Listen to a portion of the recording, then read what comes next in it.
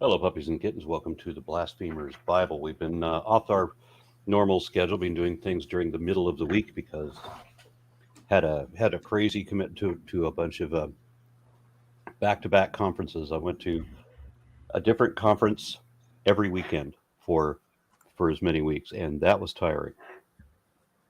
So we're back on the usual stint, and welcome back the usual crew. Anybody have any opening comments? I would just like to say, how dare you be so popular and busy? Also, I wanted to know, how is Lilandra doing? She should be on camera right now, or your camera's not on, dear. She'll be with us in a moment.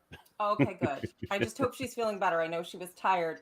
Although it was so much fun to see you last weekend, to see Mighty Chicken, to see Neil, so many people. So many people. It was so much fun. Yeah, we toured the Royal Tyrrell Museum together. That was fun.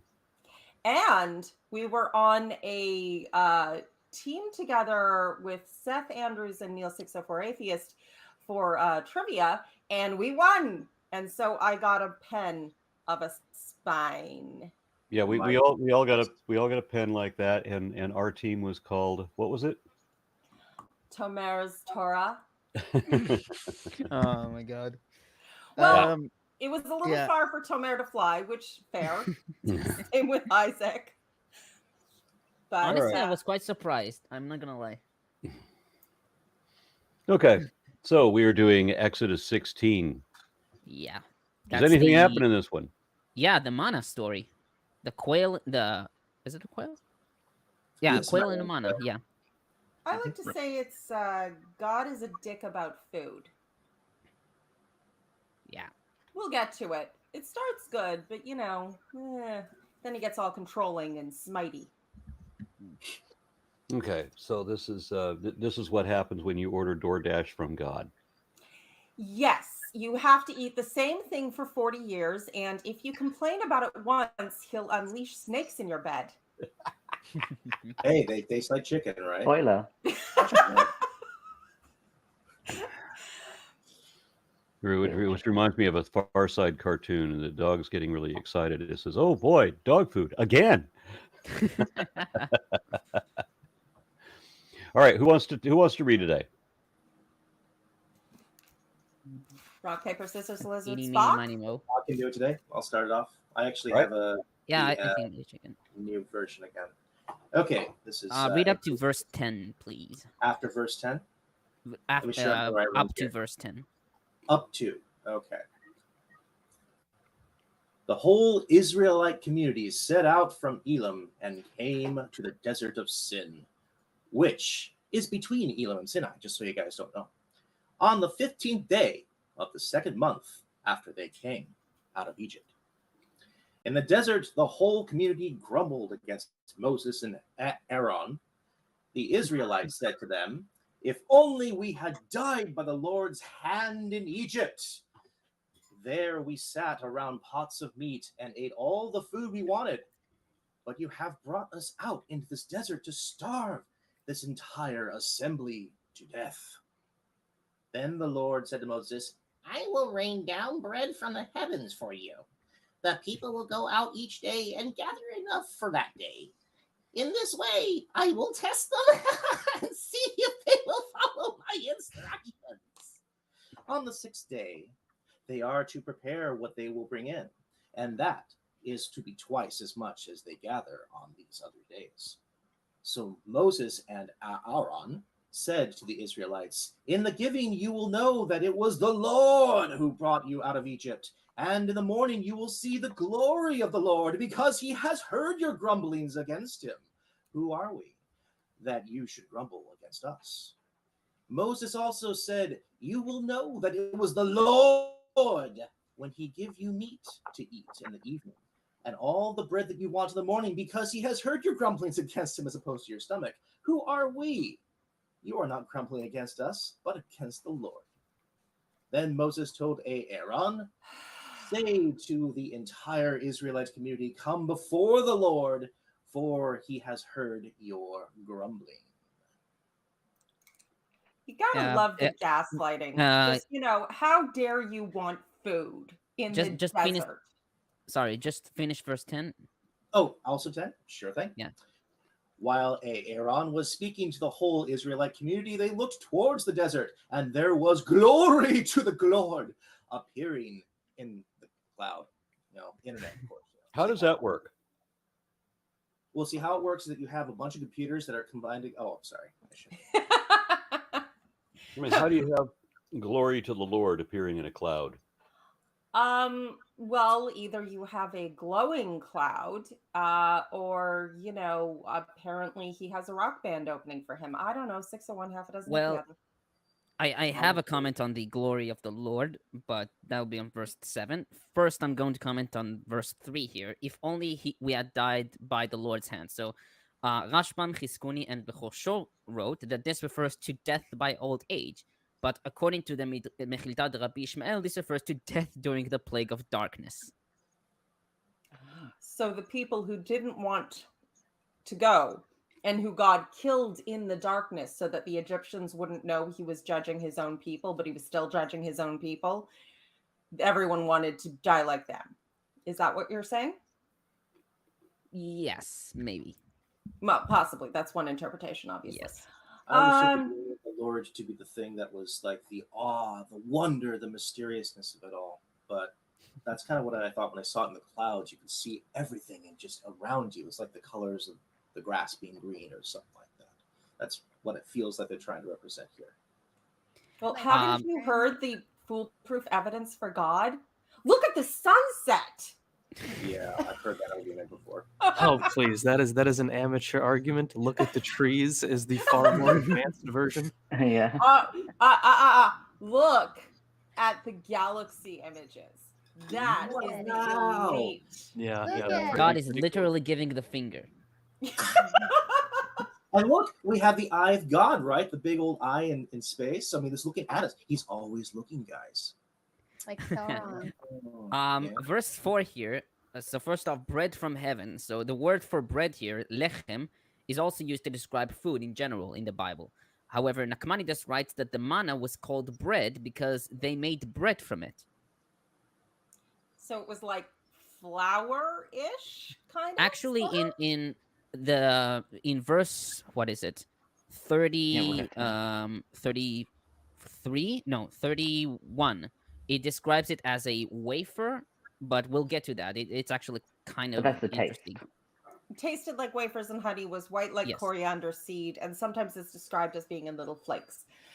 But yeah, it's magic foods, so it doesn't have to have any recognizable properties that would make any kind of sense. Well, does I would it though? expect I mean, if that. we're talking about something like a grain stash of some kind that gets blown out, I mean, I don't even like a deliberately You're all wrong. accumulated agriculture. You're all What? wrong. I grew up, so this is one thing that I'm actually surprised that no one else has it, because people my age in the Netherlands grew up with manna. Wow. It's candy, Is this some actually. kind of candy? It's Yeah. candy. Yes, Okay. it's puffed rice with a sugary colored coat. I actually have a picture. So So sugar puffs. It's sugar But puffs. what I'm There- talking about is isn't there like a natural occurrence where you can have some kind of food item like we're talking about like Well, seeds or grain? I have one theory, but I'll get to the commentary when we get Okay. to that part. I'm very curious Um, about it. uh, okay, I will test them here. So Rashi comments that God wanted to see whether they will observe the commands associated with the manna, i.e., not leave any overnight and not collect it during the Sabbath. Rashbam and Nachmanides wrote that God subjects Israel to hunger to teach them that they are dependent upon him for sustenance. Why does every motivation and action attributed to God sound like an abusive husband? Because it's exactly that. And Yeah. cut off your other sources of food, and if you complain, you're being ungrateful because you should be relied. Not to backtrack, but I feel like it's important to point out here that do not look directly at the sun. Oh, I already did. Even Okay. during an Which- eclipse, especially Yeah. during an Wait. eclipse. Yeah, don't look directly at it. You're telling me this now? Reminds me of an event that happened a couple of years ago that I think that all of us are thinking about right now, and I just kind of giggling to myself when I think about it. Yeah, I think in previous videos there was someone who kept bringing up the Fatima, and that probably is also explained by people looking at the sun too much as well. The dancing sun. Yeah. Magic dancing sun. Oh, incidentally, for everyone who's been watching me knit for the past several months, I'm done. Also, it's too hot to wear this going forward, so I'm gonna not do that. It's summer. I love you, but it's summer. So anyway, got that out of the way. Okay, so verse 7 here about the glory of the Lord. So in Hebrew, it's kavod Yehovah. JPS renders it the presence of the Lord, as Sana explains. Quote, this is the first biblical usage of the seminal Hebrew phrase kavod Adonai, the glory of the Lord. Formerly rendered the glory of God, it is now recognized to be multifaceted in meaning, its precise signification determined by the context. The reference here, as Rashi and Rashbam note, is not to any visible symbol, as in verse 10, but to the manifestation of God's essential nature, as he caringly and beneficently provides for his people's needs. Yeah, I mean the way that glory has been used historically, not just in the ancient Near East, but other places as well, is more of the presence of God, right? But it's mostly associated with the feeling that you get that God is there, like that sense of awe, right? That is the glory of God. And of course, there are some ways, like for us, we look at it and we're like, okay, yeah, we like no, that's not indicative of anything. It's just this feeling you get. But in the ancient world, it was a much more indescribable feeling. So it was associated with divinity a lot of the time. This goes back to there are places in Egyptian history, places in Greek history that share this concept as well.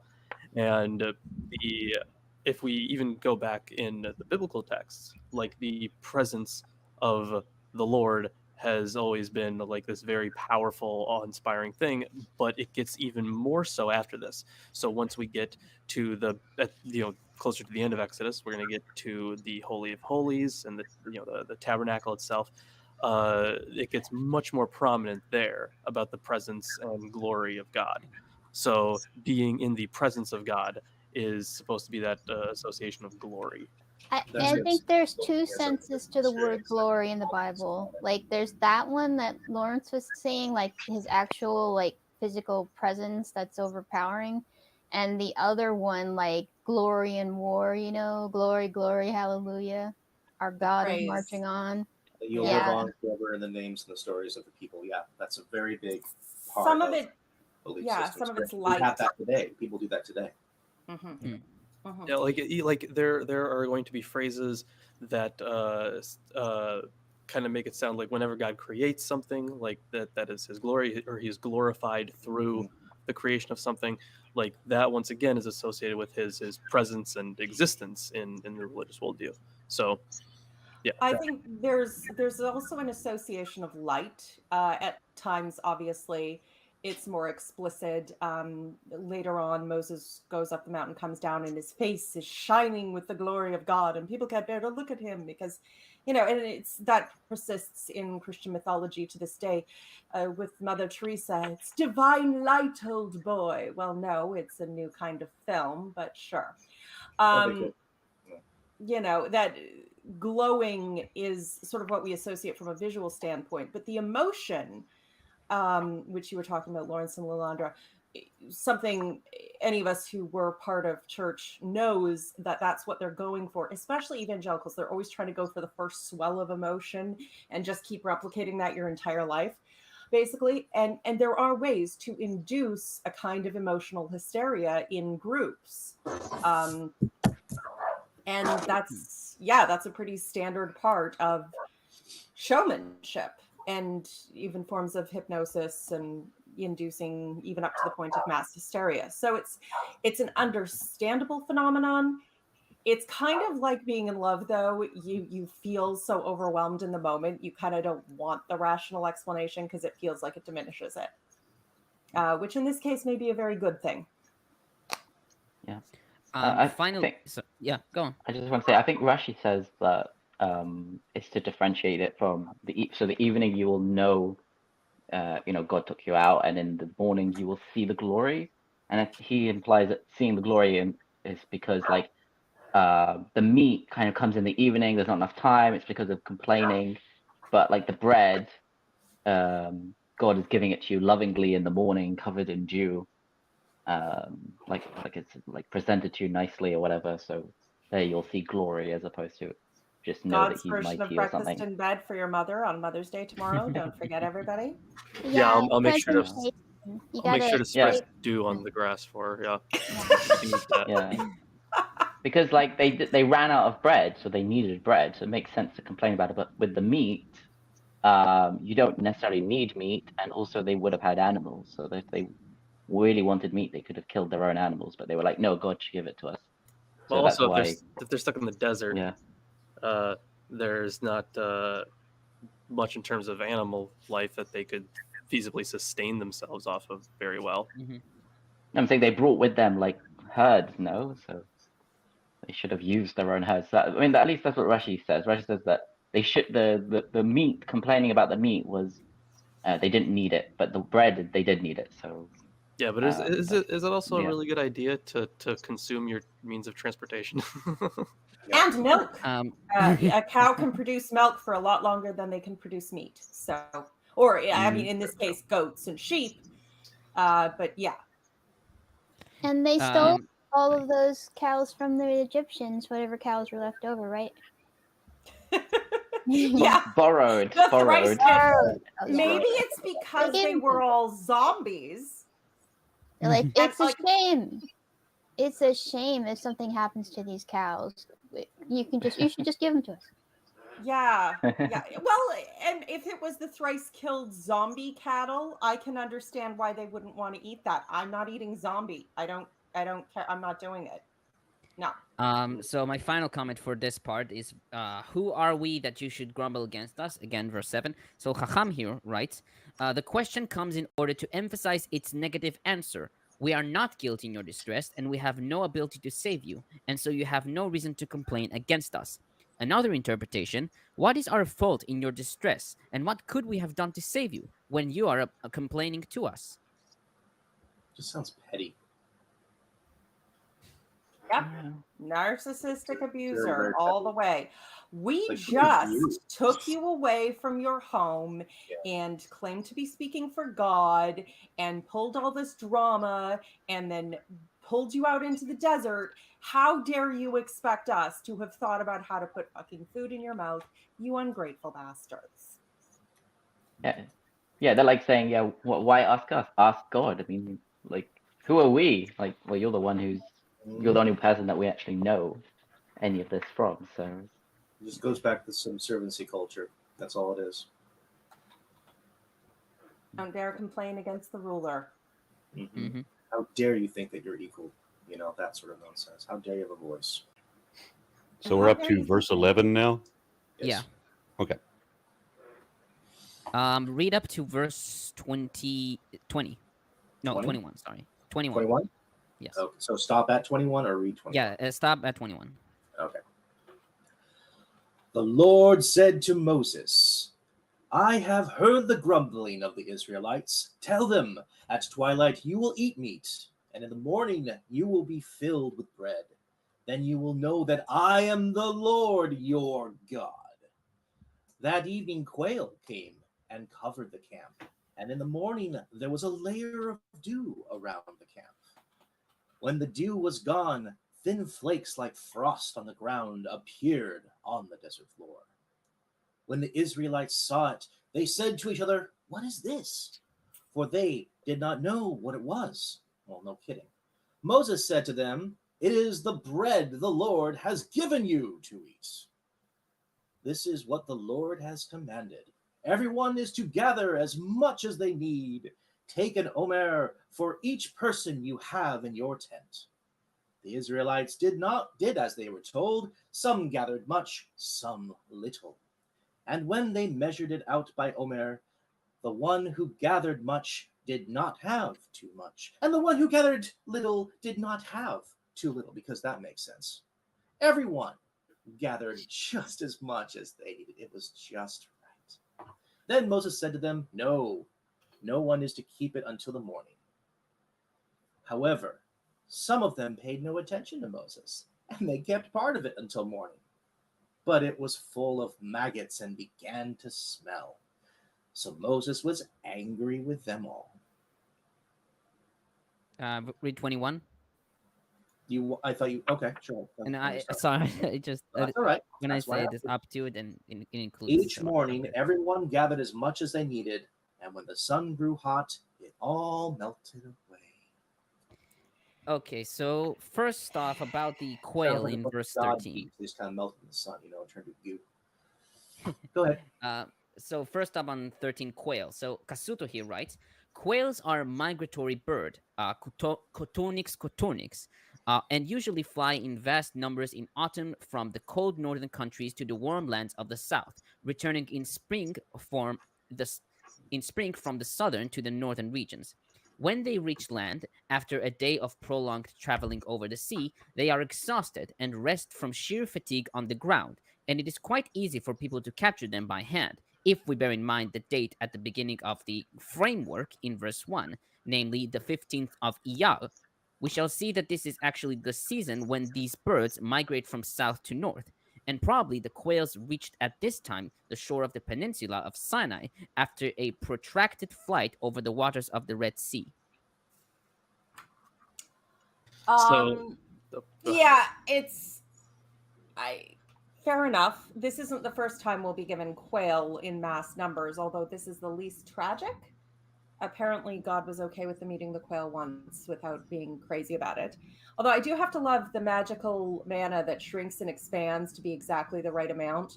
And remember, if you order too much from God, he'll fill it with worms. Well, interestingly, on why it's the right amount, right? So the word that's used there, get an omer, right? So Alter comments that this dry measure would have been a bit more than 2 quarts, but I think Tomer and I were talking about it not too long ago, about the understanding of it, at least in the Greek translation, so in the Septuagint. So it meant measure just in general. So any unit that you choose, that would be your omer, right? It's your like if I were to portion out something to each one of you, that would be an omer in this case. So as long as actually, it's the equal, final or the final It's verse, defined. according to the Yeah. final verse, omer is 10th of an ephah. So Yeah. right, yeah. So that would be their portion. We'll get to that. Yes. So the issue on the quail, yeah. So they are migratory birds. But the thing is, this has so many mythologized features to it. So one is, of course, what like they can't just be there every single day for them, right? So the idea of this being this one special occurrence makes it more miraculous to them, and then further with the manna from heaven. So the definition of this is kind of hard to fully understand. So at least from what's the word I'm looking for? Etymological standpoint, it might come from just the phrase "what is it," right? So you just the whole Manhu. thing. I had a comment on this as well, but I'm just jumping right to it. So there are a lot of related words in very nearby languages. I mean, I think what they span from Akkadian, Sumerian, Arabic, so Aramaic, Aramaic. late Aramaic. So there are related words that really just appear to be like this. It's just stuff that we don't know exactly what it is, and that was really just the best way they could describe it. And one of the ways that this has been explained in the past was that this was was identified as a sugar-like secretion of desert aphids, which Tomer noted. So yeah, this You're covering all my commentary. Go my on. bad. bug poop. Yay. So they Yeah, were licking some bug butts. Yeah, So these occurrences more are than mythologized. more than a smidgen and less than a buttload. of man. Rat. Oh my God, that reminds me of a woman who she touched you actually. I heard this story from Aaron of the woman who saw it looked like blood to her coming from a tree, and she touched it. She could feel the tears of Jesus or something. She was praying to a tree, basically, just touching the tree, laying hands on the tree, but praying to Jesus because, of course, something about this tree. I don't know why she thought it was sacred. And then someone pointed out to her that it was literally these bugs that were. There was a leaving secretions. congregation. There was a congregation of little old ladies gathered around this tree, and they were getting God's tears, and they were all praying around this tree, and that God was answering their prayers by crying on them. And then they were shown that there are these bugs in the tree that eat the sap of the tree and then excrete out these tears. So they're drinking bug piss. But So well, at it least was- in this honeydew? case, It's literally a case of pissing down your back and telling you it's raining. Oh, really? oh, called don't tell me honeydew? they were eating it. Oh my gosh, these people. Wow. I think people eat honeydew. No, Oh, I this think made me they so do. happy. it's used. It's a secretion that I think that it evolved to as a feed, to feed their young or something, or or I can't remember if it was that, or if it evolved to feed the ladybugs, ladybirds that were like looking after them. Aphids The late- secrete syrup. Yeah, honey- that aphid that Honeydew, isn't it? that Yeah, this ladybug. is different. This was just an excrement. Yeast. Oh, yeast- okay.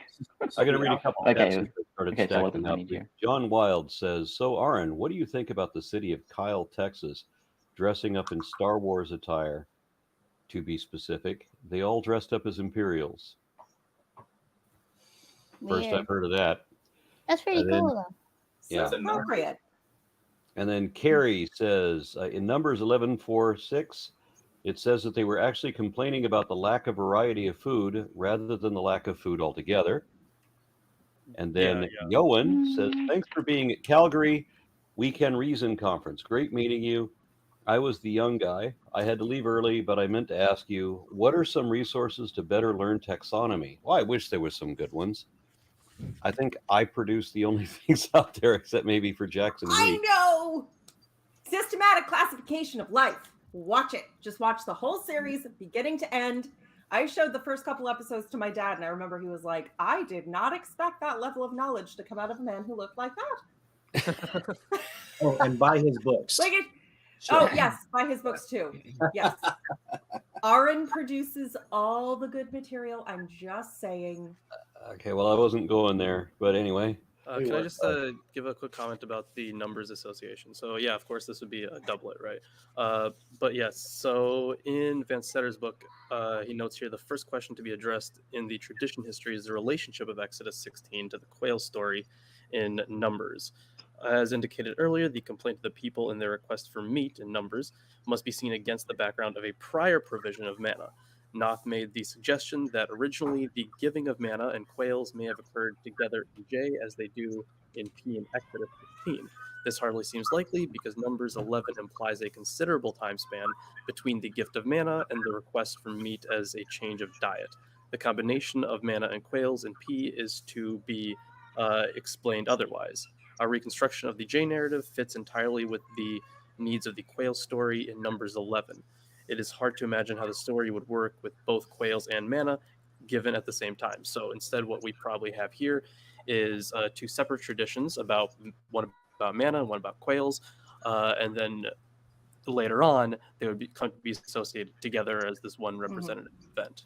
So we have what we've had many times before, where multiple narratives have similar themes or events, but containing different lessons and positioned in different points in the story for different thematic and narrative purposes that are then duplicated, as we did with the Abraham pouring out his wife, Sarah, and the same story repeated with his son, Isaac, and his wife, Rebecca, and the kings, and the she's my sister thing.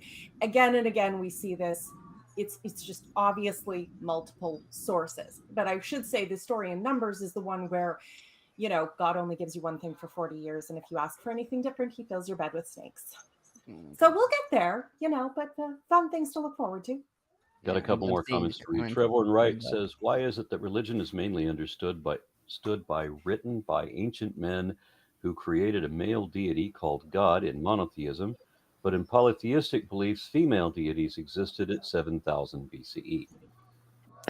There's a lot of factors for that one. So one of oh man, there's so many different answers to this. Those goddess cultures that permeated the early worlds, we had multiple different religions that kind of stacked upon themselves. Men were traditionally considered physically stronger, so they became more dominant. That's a very loaded question. There's a lot of factors to it. Yeah, there's a lot of things to say. So We have an entire the thing is, episode on that. when it comes to prehistory, it is so difficult to actually determine like any kind of theological framework. In fact, I would say it's probably impossible to determine that. So before written texts, we're not even clear if some of the things we have should be considered deities or not, in any modern sense.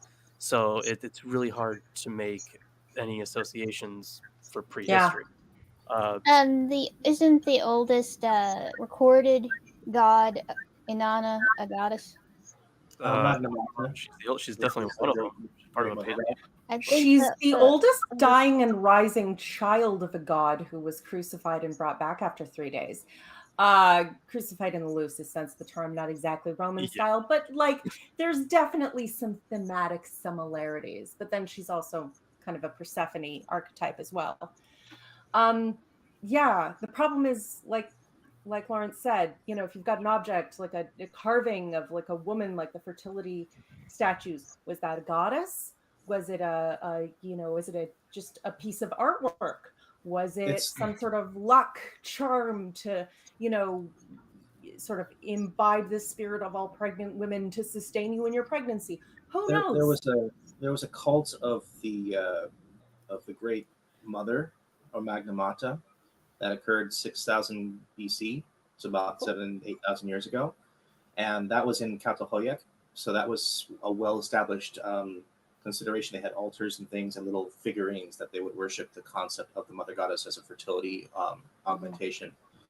The specific details about it are a little bit vague, but because that Catalhoyuk, that was prehistoric, wasn't it? Catalhoyuk? Yes, it was. Yeah. So it's really hard to determine there. You can find figurines, but just have no there's some archaeological information to put it in, because we are. I'm being very vague because it's not all information.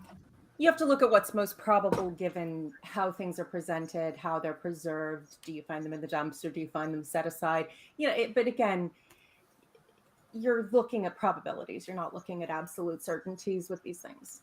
Yeah, that's a full day episode right there. All right, I'm going to try to catch up on some of the more comments. Phobus says, unrelated to the show, but Aaron, I'm sure you see this bullshit argument about the value and necessity of faith. Why do people value lies over truth? I don't understand what people see in make-believe, the power of pretend, which is what I see this as. I don't get it. Yeah, it's about having a sense of community, something to kind of sing kumbaya over in both a literal and metaphorical sense. So a lot of people really do view that as, I mean, I can see why it's valuable, but under no circumstance do I find that necessary. But a lot of people do. People need community. This story, I think this story illustrates like some of the downfalls and pitfalls of faith, because he's going to give you so much mana, and then he's going to give you mana on the Sabbath, and if you collect it, you get super mad. So trust him. Don't store it up. It'll turn to maggots. Have faith in him that he's going to give you mana tomorrow. You know. That's because they didn't use preservatives. Yeah. I've actually, I really want to do a show with Aaron exploring some of the things I've observed about the thought processes of faith. And honestly, I've said here multiple times, I don't think religion is a bad thing if you don't take it too seriously. You know, if you're looking at community, if you're looking at fun traditions to pass on and be part of a larger story and narrative, and you take stories as just stories that preserve our connection to the past, that would all be fine. And I could even see benefits to those things. The problem is when you get stories like this wanting this kind of faith, where we're not actually going to take reasonable, practical steps for food in a freaking desert because faith, you're setting the scene for, and when they mentioned it, going out on the ground and what is this? I had a flashback to this horrible video where this African pastor had whipped these people into this entire congregation into a frenzy and had sent them out to eat grass in a state of mass hysteria because God would provide them nutrition even from the grass. And there were literal videos of young women and boys running out and just eating grass by the handfuls because they've been whipped into this state of hysteria.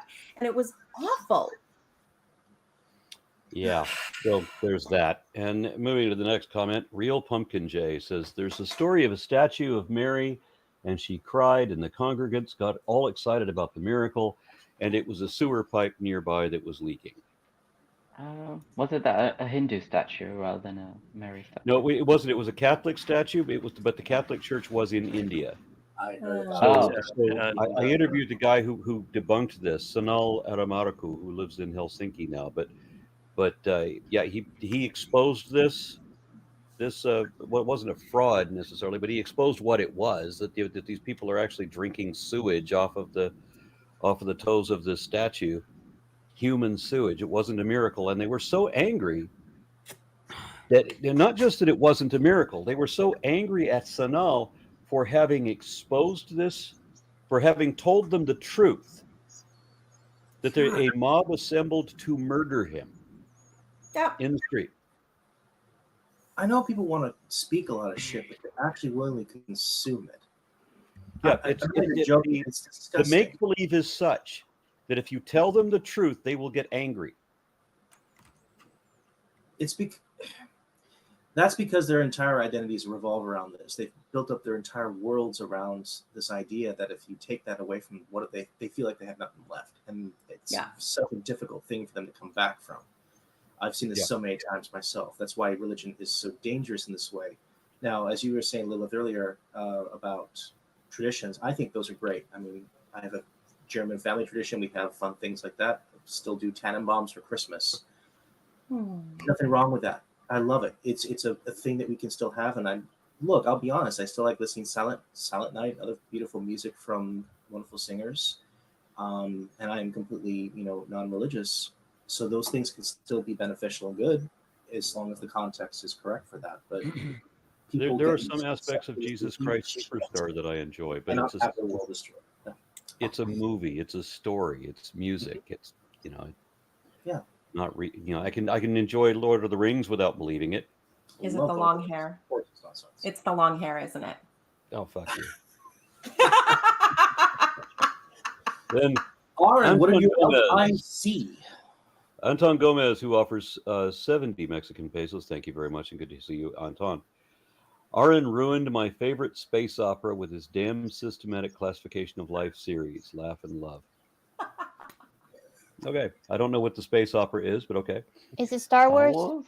Probably Star Wars. Almost. Is Star Wars a space opera or a space western? Kinda. Yes. Yeah. Then Kicker White Lion says, Clint's Reptiles has quite a few videos on the cladistics of certain animal groups. Benji Thomas sometimes goes over them as well. And so does Mothlight Media if you want taxonomy. Yes, that's true.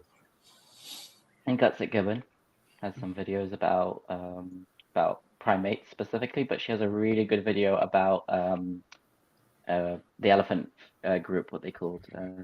Which, by the way, I've been looking for the next taxonomy thing to do. I've already done the evolution of birds, a couple of them. I've done the evolution of pterosaurs, and of course, the most recent one was the arachnomorphs, and I did the one on snakes. I don't know what the next one should be, so I'm open to suggestions for that. Then next question. Go ahead. I said carnivora. Bear dogs. I was thinking carnivora. Yeah. Yeah, I did one on dogs and on cats, but it is time for me to do a different one, a better one. And also, I would suggest the Snakes and Adders channel for snake codistics, he talks about it too. Mark Smith offers $5. Thank you, and says the three best deities are female, being Hela, Kali, and Nemesis. And then Zar Narankar says, I'm just going to say I'm glad that Lawrence is feeling better and that he's back on the show. Well, I'm glad about that too. Yay! Oh yeah, I took a screenshot. I took a screenshot of Lawrence that I'm going to use later. I took it today because he's thumbing through his book and he just looks so very studious. It's been a rough. If you're in the Discord, you're probably following. But yeah, it's been a rough few weeks. Let's just put it that way. But hey, I'm proud of you. I had some presentations this week.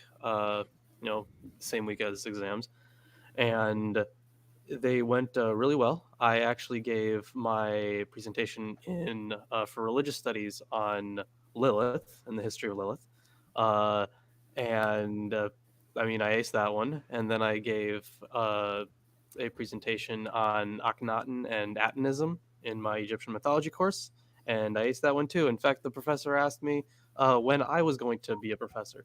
So I went on. Believe it. Went a little longer than I probably wanted it to go, but there was entirely too much stuff to cover. I'm still writing the script for the video, which I probably have to kind of push through and release sometime this week because it's still due. But yeah, I am on 8 The pages. pun was intended. Yes. And yeah, I'm on 8 pages right now. Still got quite a lot to write because there was a lot of stuff to try to unpack Akhenaten's theology. So very proud of you, Lawrence. Thank you. Yeah, That was fun Lawrence talking to you just about that, though. I really enjoyed that. Lawrence just did a shelf reveal on the Discord, so I join did, that yeah. to see. So, and I actually counted this up in my at home. I have 255 books. I have not read through all of them. I've read through most of them, not all of them. And then at the studio, we have probably another 50 or so. So, yeah, I got quite a lot of books.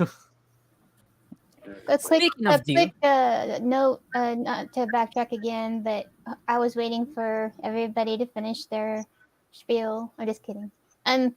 Homo sapiens suggested cephalopods as something for Ron to focus on, and that's what he was talking to me about, maybe cephalopods. Yeah, and then somebody just suggested I do the evolution of the Adipants. So yeah, I'll probably do that. Elephants. Okay, I think Obsidian. yeah. Ephemerts and woozles. Yeah. Okay. Can we go back, please?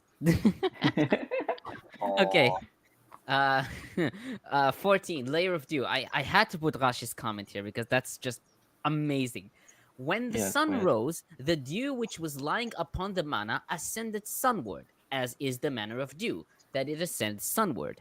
Even if you were to fill an eggshell with dew and close up its opening and place it in the sun, it will rise of its own accord into the air in consequence of the tendency of the dew to rise upwards. Science.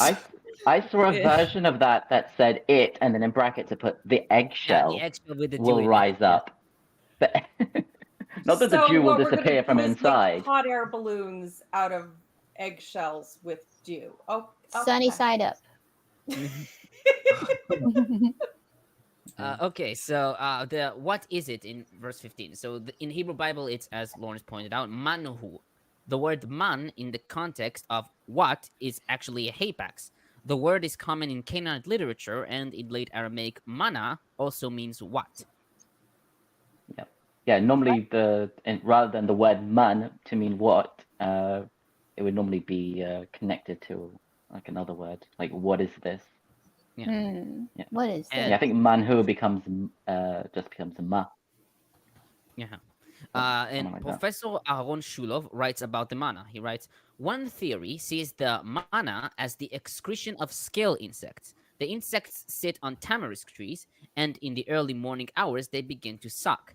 Following the sucking, a transparent drop appears on their back, which turns to opaque white within a few minutes.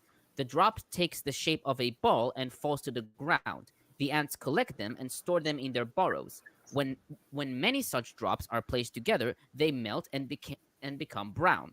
They are used as food for various flying insects, mainly flies, which lay their eggs on them. Those develop in a short time to maggots. Well, that's certainly interesting. Although I would like to know how exactly bug poop was made into cakes. But it does fit in a lot of other ways. The melting away, the turning into maggots very quickly. I don't want to eat. I don't want to eat bug poop. Yeah, And but finally, It's a very clean creature, though. So they're the cleaning factor. They eat all the crap in the world, the nasty stuff that's been rotting. So I find it interesting how ancient people looked at maggots with disgust and horror, even though it was used as a clean agent sometimes. But they think, oh, it's maggoty and horrible. So, yeah, well, they're just creatures like everything else. People forget that sometimes, And hey, look, more protein, right? Especially in the desert. Whew. nothing So is a God is creature. raining down protein. Yeah. White flakes of protein. That's what the white snow is all about. Okay. So that's what they mean Yeah. when they pray to the Lord to come unto me. From this glory hole in the sky. Oh no, The glory of God. You look up. Why is there an eclipse? See, it's right He there. gives you the freedom to let Jesus come inside you or let his glory wash over you. Oh God, I see now. Here, it's right in the passage on the windows of heaven. So in verse 20, Exhibitionism? okay, in verse 20, it was full of maggots and began to smell. So the word that is translated to full of or infested in JPS is yarum.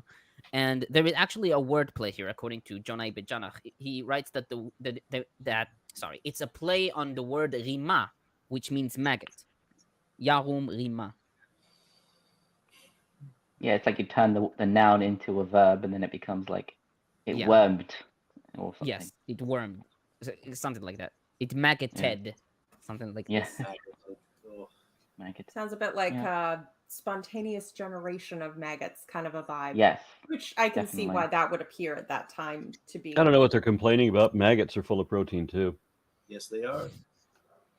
And finally, verse 21. Hey, grub is grub. Yeah. Finally, verse 21, Mechilta de Rabbi Ishmael reads here, when the sun shone upon it, it melted and streams formed from it, which led to the great sea, i.e. the Mediterranean, where harts, roebuck, fallow deer, and other beasts came to them and drank from them, after which they were hunted by the peoples of the nations, who ate them and tasted the taste of the manna which descended to Israel. Yeah. I feel like I got another important note. Maybe don't eat maggots because there's a process called meiosis where fly eggs can hatch inside your stomach. What? Meiosis. The maggots have eggs inside them? Well, that's true, Exactly. but you never know if there's eggs there too. When you're eating. Oh, right. Yeah. Yeah, that's what I was thinking. Like if it was, if it was the explanation earlier where it was like the honeydew had eggs inside it and those became the maggots. So if they were eating this egg infested bug I poop. don't know. It sounds like when I was told not to swallow the watermelon seeds as a kid. Well, it does happen, but you're talking about grubs maybe. People eat grubs and I don't think meiosis happens from that, but I'm not sure about eating anything with maggots on it. Eat them raw. Just cook them over open fire and turn them into chili. Not worms. Oh god. We're having dinner. I'm having grub. You want some? Tomer, did you say anything on in verse 13 about the fine like frost and stuff, or? No, I didn't. The 14 was it like? Yeah. Oh, it's 14. Yeah, that's right. Yeah, because the thing is, I dedicated like almost one page to verses 30 to 36 because they're quite interesting. Oh yeah, I think it's interesting how it's like it's fine like frost, and I think it compares it to hoarfrost, which is like what you see when like frost is on the edges of like leaves and stuff. It's like almost like morning frost. Yeah. I think that I also think that the word for the flaky, at least the JPS translates, the flaky substance is mechuspas, which is a hapax. Yeah, it's not. Yeah, I mean, there's translations of uncovered, unpeeled, but also things like Yeah. I think there's also compared to ground up chalk somewhere, but I can't remember where that was. Or rockets, We got those another little comment chalk from- candies. Comment from a pebble in the pond, offers $5 and says, "Gotta go. Bye, everyone. Keep up the good work. Thanks for all you do." All right. Thanks, Well, bud. thank you so much for that. But by the way, a reminder: anybody that's in Houston, 1 week from yesterday, I'm going to be at Rice University. I'm supporting.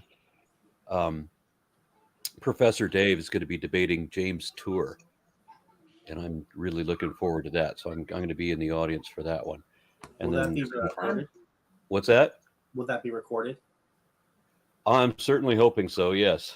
Oh, I'd love to see that. That would be amazing. If there's any way you could encourage that, Yeah, definitely going to. There's definitely going to be a recording of that. And then the next day, my wife and I will be at the Reptilian Nation Expo in Houston. Nice. Okay. Let's Yeah. go back to the Bible. Oh, there's still one. What a bad conversation they told me though. It's kind of fun. Yeah. No, it's Thomas, not. did you have more? Did you have more commentary before we Right. read the next bit? No, I don't. Okay. really have- Right, so I just want to say that there is like this tradition of these like two brothers that are the antagonists. Canon of Iram. Yeah. So there is a tradition that they're the ones who are like, there were some that didn't listen and they left over till morning. So it's the tradition is always like it was them. It doesn't know Aviram. Yes. Whenever something like that happens, it's always them. Yeah. So you have And we a went- traditional scapegoat. Yeah. we Yeah, these mentioned two, and I them think. before. Yes. Yeah, and I wonder if like this idea of like these two brothers that are these antagonistic. I wonder if the Book of Mormon takes that idea from them or not. With the what's his name, Laman and Lemuel. I could see that. Maybe the brothers of Joseph, maybe. Or something. Isn't that tomorrow? I think that's the other Yes. book we'll do tomorrow. Yes, it is tomorrow. Yeah. Yeah. I mean, there's also like there is a tradition that the manna tasted of whatever the person wished it tasted like, which is brings up a lot of other questions. So Like the wallpaper in Willy Wonka. Lick the wallpaper and it tastes like whatever. Yeah. The snozberries Tastes like snozberries. Snozberries, James. We are person. We are maybe that's what the manna was. It was like snot berries that came out the butts of these aphids. Then we have a comment from Trevor Wright who says, "Why is it that in the Bible was it necessary for the Israelites to become a priesthood, and how it developed within modern Judaism cultural ties with Canaanites in the region?" Wasn't the priesthood belong to the Levites? It was the Levites. Yeah. Yeah. It was not- the Levites. Mhm. And then Although even not in yet. that you get more Well, the I get firstborns. the story, but even in that you get more I guess dissension, because if like you have the Levites, yeah, but then you have a certain class, or you have a certain section of Levites, the Zadokites, which were also fighting for exclusive rights to that priesthood. So it gets a little more tribalistic later on. But People fighting over religious authority? Yeah, right, it's Surely crazy. you jest. Wouldn't the dissent? Wouldn't every religion establishes some kind of priesthood, and they kind of need to establish it for any kind of legitimacy. and the establishment of the Kohanim, the descendants of Aaron as the priest, compared to the Levites, happens in the Bible itself, which would have been pretty before the time of the Sadducees, no? Or the Sadducees? That should have been before. Well, the Sadducees were a subset of the Kohanim rather than a subset of the Levites in Then general, maybe. Just Call Me Avi says the bloatfly. You're going to love this. The bloatfly lays its eggs in mammals' ears. The BBC recorded a case where a man was kept awake at night by the sound of maggots eating the flesh inside his head. Thanks for that. And then Mark Smith says, I have seen Professor Dave's vids, but who even is that other guy? Is he well known or important in some way? James Tour is a synthetic biologist but synthetic chemist. sort of. James. He's a what? Synthetic chemist, I believe. Yeah, there we go. Synthetic chemist. And his whole shtick is to promote or is to defend creationism by pretending that scientists don't really know what they know. This guy, right? Yeah. And so now M. Doug offers £10 and says, try and talk about submerged dehydration of dealing with James Tour, a process he rejects, but that has been used in preparing roast potatoes for years. Nice. And then Eric Wander gifted 10 RN Raw memberships. Thank you very much for that. Okay, so Mighty Chicken, you could finish this chapter actually. I actually Okay. don't have a commentary for 22 to 29 because Okay. I left most of it for the final part. Oh, I'm sure we can probably find something to talk about in this. Let's go ahead. And, you want me to stop at 29 then, guys, or you want me to continue on past that? I suggest you finish it. Yeah. So the whole. It's 14 verses. Okay, here we go. On the 6th day, they gathered twice as much, 2 omers for each person. Actually, I almost got this tomers, sorry. And the leaders of the community came and reported this to Moses. He said to them, "This is what the Lord commanded. Tomorrow it is to be a day of Sabbath rest, a holy Sabbath to the Lord. So bake what you want to bake, and boil what you want to boil. Save whatever is left and keep it until morning." So they saved it until morning, and Moses commanded, and it did not stink or get maggots to it. That's pretty convenient. "Eat it today," Moses said, "because tomorrow is a Sabbath to the Lord. You will not find any of it on the ground today. 6 days you are to gather it, but on the 7th day, the Sabbath, there will not be any left." Nevertheless, some of the people went out on the 7th day to gather it, but they found none. Then the Lord said to Moses, "How long will you refuse to keep my commands and my instructions? Bear in mind that the Lord has given you the Sabbath. That is why on the 6th day he gives you bread for 2 days. Everyone is to stay where they are on the 7th day. No one is to go out." So the people rested on the 7th day. The people of Israel called the bread manna. It was white like coriander seed and tasted like wafers made with honey. Moses, by the way, how would they know what those were anyway? To make a comparison. Keep going. Sorry. Moses said, "This is the Lord has commanded. Take an omer of manna and keep it for the generations to come, so that you can see that the bread I gave you is to eat in the wilderness when I brought you out of Egypt." So Moses said to Aaron, "Take a jar and put an omer of manna in it, then place it before the Lord to keep it for the generations to come. As the Lord commanded Moses, Aaron put the manna with the tablets of the covenant law, so that it might be preserved. The Israelites ate manna 40 years until they came to a land that was settled. They ate manna until they reached the border of Canaan. An omer, by the way, is 1/10 of an ephah. Yeah, Right. quite a bit on this last section. Yes. I'm sure Tomer wants to hit on it first. I basically took all of his stuff last time, so you go ahead, Tomer. Go for it. Okay. Before we go to this part, 29 here, there's actually a mitzvah, a commandment here. This verse is the basis for the commandment to not go outside the boundary, i.e. tehum, on Sabbath. As Rabbi Abraham Chill explains, a Jew is not allowed to distance himself on Sabbath more than 2,000 cubits. Tehum Shabbat is approximately 1 kilometer from his hometown's borders, unless he puts an quote-unquote eruv in a certain place inside the Tehum Shabbat, i.e. he'll put food for 2 feasts there, an act which is considered a symbolic change of his hometown. So you have to leave little Trotskys every kilometer so that you can go more than that distance away from your home on the Sabbath? I think you can only do one, but yeah, the idea is that you kind of establish this is my place, so that even if you travel 2,000 cubits from your home or hometown to this hut that you've set up, let's say, or whatever, you can then you've established before the Sabbath that this is your property, so that you can kind of go another 2,000 from there. Okay, so yeah, it has to be done before the Sabbath, obviously, to establish the Yeah. magical possession of land, or I don't know. That way the Yeah. leprechauns don't cause mischief on the way, I guess. Leave food for them. Very I'm wise. mixing up my stories. Yeah.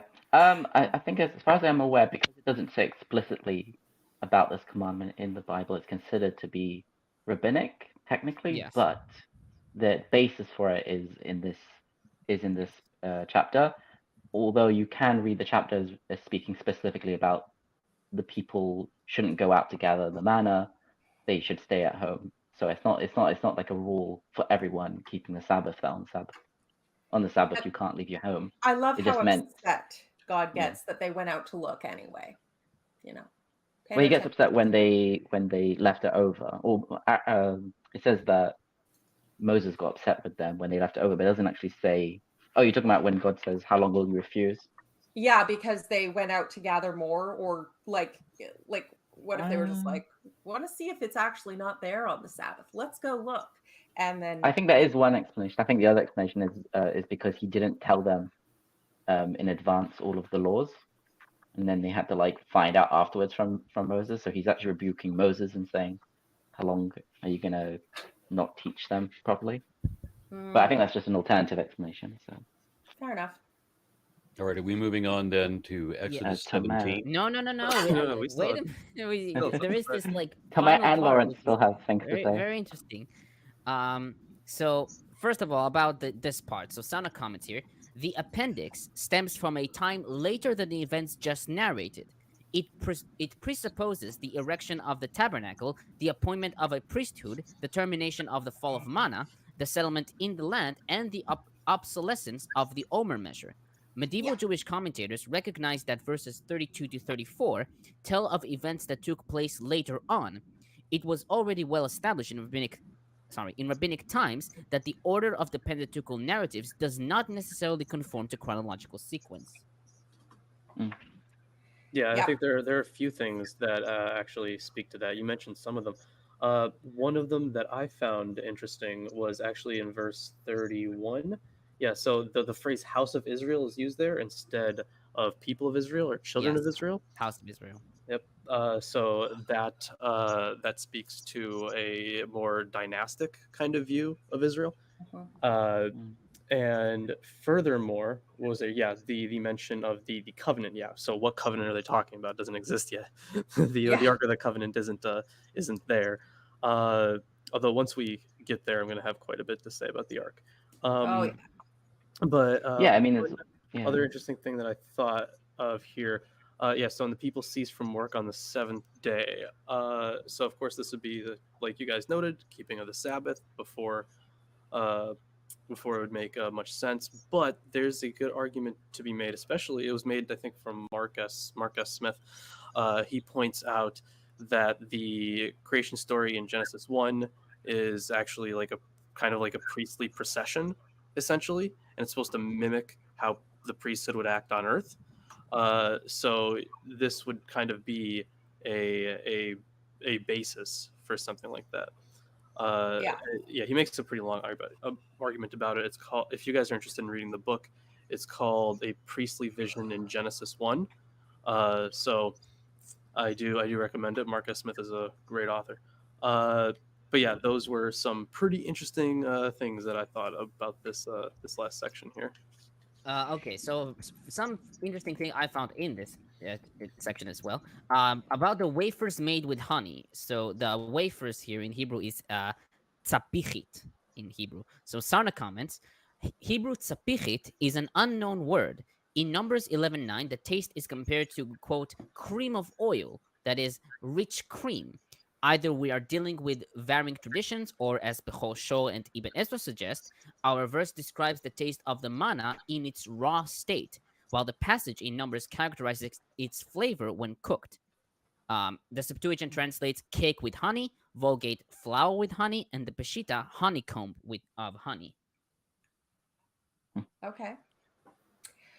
And 34, with the tablets of the covenant law. So in Hebrew, it's edut. And again, the It's quite varied with translations. KJV, before the testimony; JPS, pact; Septuagint, the witness; Vulgate, the tabernacle. Ibn Ezra and Rashbam interpreted the Ark of the Pact, as seen from Exodus 32:15. Yeah. And finally, the Ephah. According to the Talmud Menachot 77a, the Ephah was 3 seahs, and a seah was around 8.3 liters, or for the American viewers, 2.2 gallons. And so Ephah was around 24.88 liters, or 6.57 gallons. And from this, the Omer was around 2.48 liters, or 0.65 gallons. Got another Interesting. comment from Bill Edwards. Says, what happens if you were to stand at a wormhole looking through time? What is the science of it? It's mentioned in the Bible 3 times. Oh, God. The Bible mentions a wormhole that looks through time. I would love to read that. I'm sorry. Not I'm that sorry. I just got an aneurysm. Yeah. Can I you don't give think us the any- verses? Bridge within the I don't Bible. think any of us know about wormholes. Please stop reading I things into actually the do, Bible but that aren't I- even close to there. Please cite the verses if you could Yeah. in chat. Who is that from? I'm gonna. Yeah. Bill Edwards, cite the verses for us. Yes, I would love please to cite see the that. verses. Yeah, I want to know what it says in the original Hebrew. Oh, God. Where's my Look, concordance? we can finish Exodus 17. I'm not going to hang on to this. Probably some worm. All right, next comment. Eric Wander says, as a former Seventh-day Adventist, this is one chapter they used to teach us while we keep the Sabbath, except for the killing part. If you do any work that day, they don't care about that. Yeah, it's people and the Sabbath. There's been some pretty brutal stuff. Honestly, 1 day and 7 to rest is a great idea.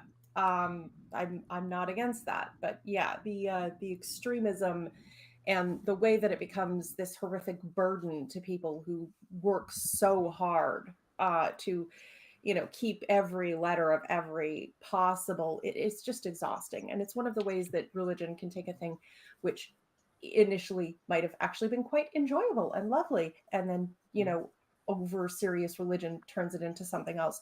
But when Lawrence was talking about, I mean, as it's very clear that you have multiple sources, you have writing about this from much later, it shows me a real difference in the common experience of many Jews being brought up with scriptural perspectives and research versus a lot of Christians, and particularly in the evangelical tradition. I have met people who insist that Moses wrote everything in the Pentateuch, including Deuteronomy, which is literally called Deutero, second writing. Like from go, they knew this was not written by Moses. That literally he, and God literally told him all the things that happened, and he did, and basically dictated this. And they genuinely think that if that were in any way untrue, they would have to give up Christianity entirely. And it's perfectly insane. Yeah. Then a comment from Tsunami says, I thought I just heard Tomer say erection. Ha ha ha ha ha. Yes, this is what the word Sana used. Sorry. Then Joe G says, there's a tradition to not get your hair cut on a Wednesday or a Thursday. I honor that tradition. I never get my hair cut Or on a any Wednesday day. or Thursday or any day. And why he doesn't get his haircut. I've heard of not cutting your nails on like Thursday because then they'll start growing on the Sabbath, but I haven't heard about not having your hair cut on Wednesday. Well, let me finish the comment. There's a tradition not to get yeah. your hair cut on a Wednesday or a Thursday because it will start growing back on the Sabbath and maybe considered work. So not a cult at all. Yeah, I used to work for a warranty company, and we had to deal with Sabbath mode on appliances like your oven. So you would put something in on Friday morning or Friday afternoon, whatever, but you couldn't do it in the evening. And then so that the oven would know to turn on at some point Saturday morning so it could cook your dinner so that you wouldn't actually be working on Saturday.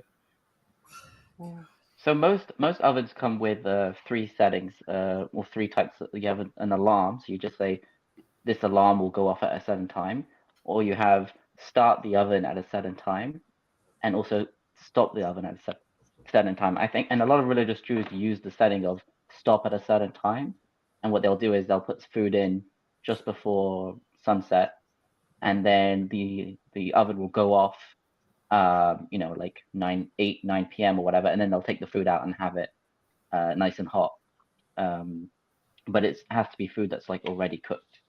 I don't know about, maybe there is like certain Jews that like allow it to turn on and then off again as well, but I haven't heard of that. And an actual Shabbos mode is normally like a fridge will have a Shabbos mode, which means that even if you open the door, the light doesn't turn on, because in fridges lights are only on when you open the fridge. They turn themselves off when you close the fridge door, and that would be like direct like turning on and off a light. So they added a Shabbos. They literally added a mode for Jewish people. For so that they can a like day, for a day of So rest, weird. why is there so much work involved? Yes.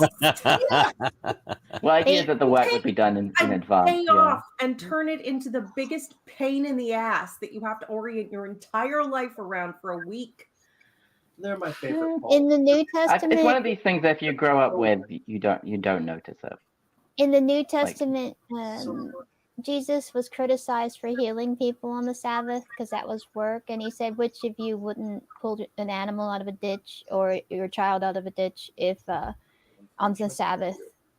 Yeah, So- I don't. That story sounds silly because I don't know any Jews that don't get healed, like would not heal themselves on a Saturday. Would Like, that's not a would they thing. go to a doctor?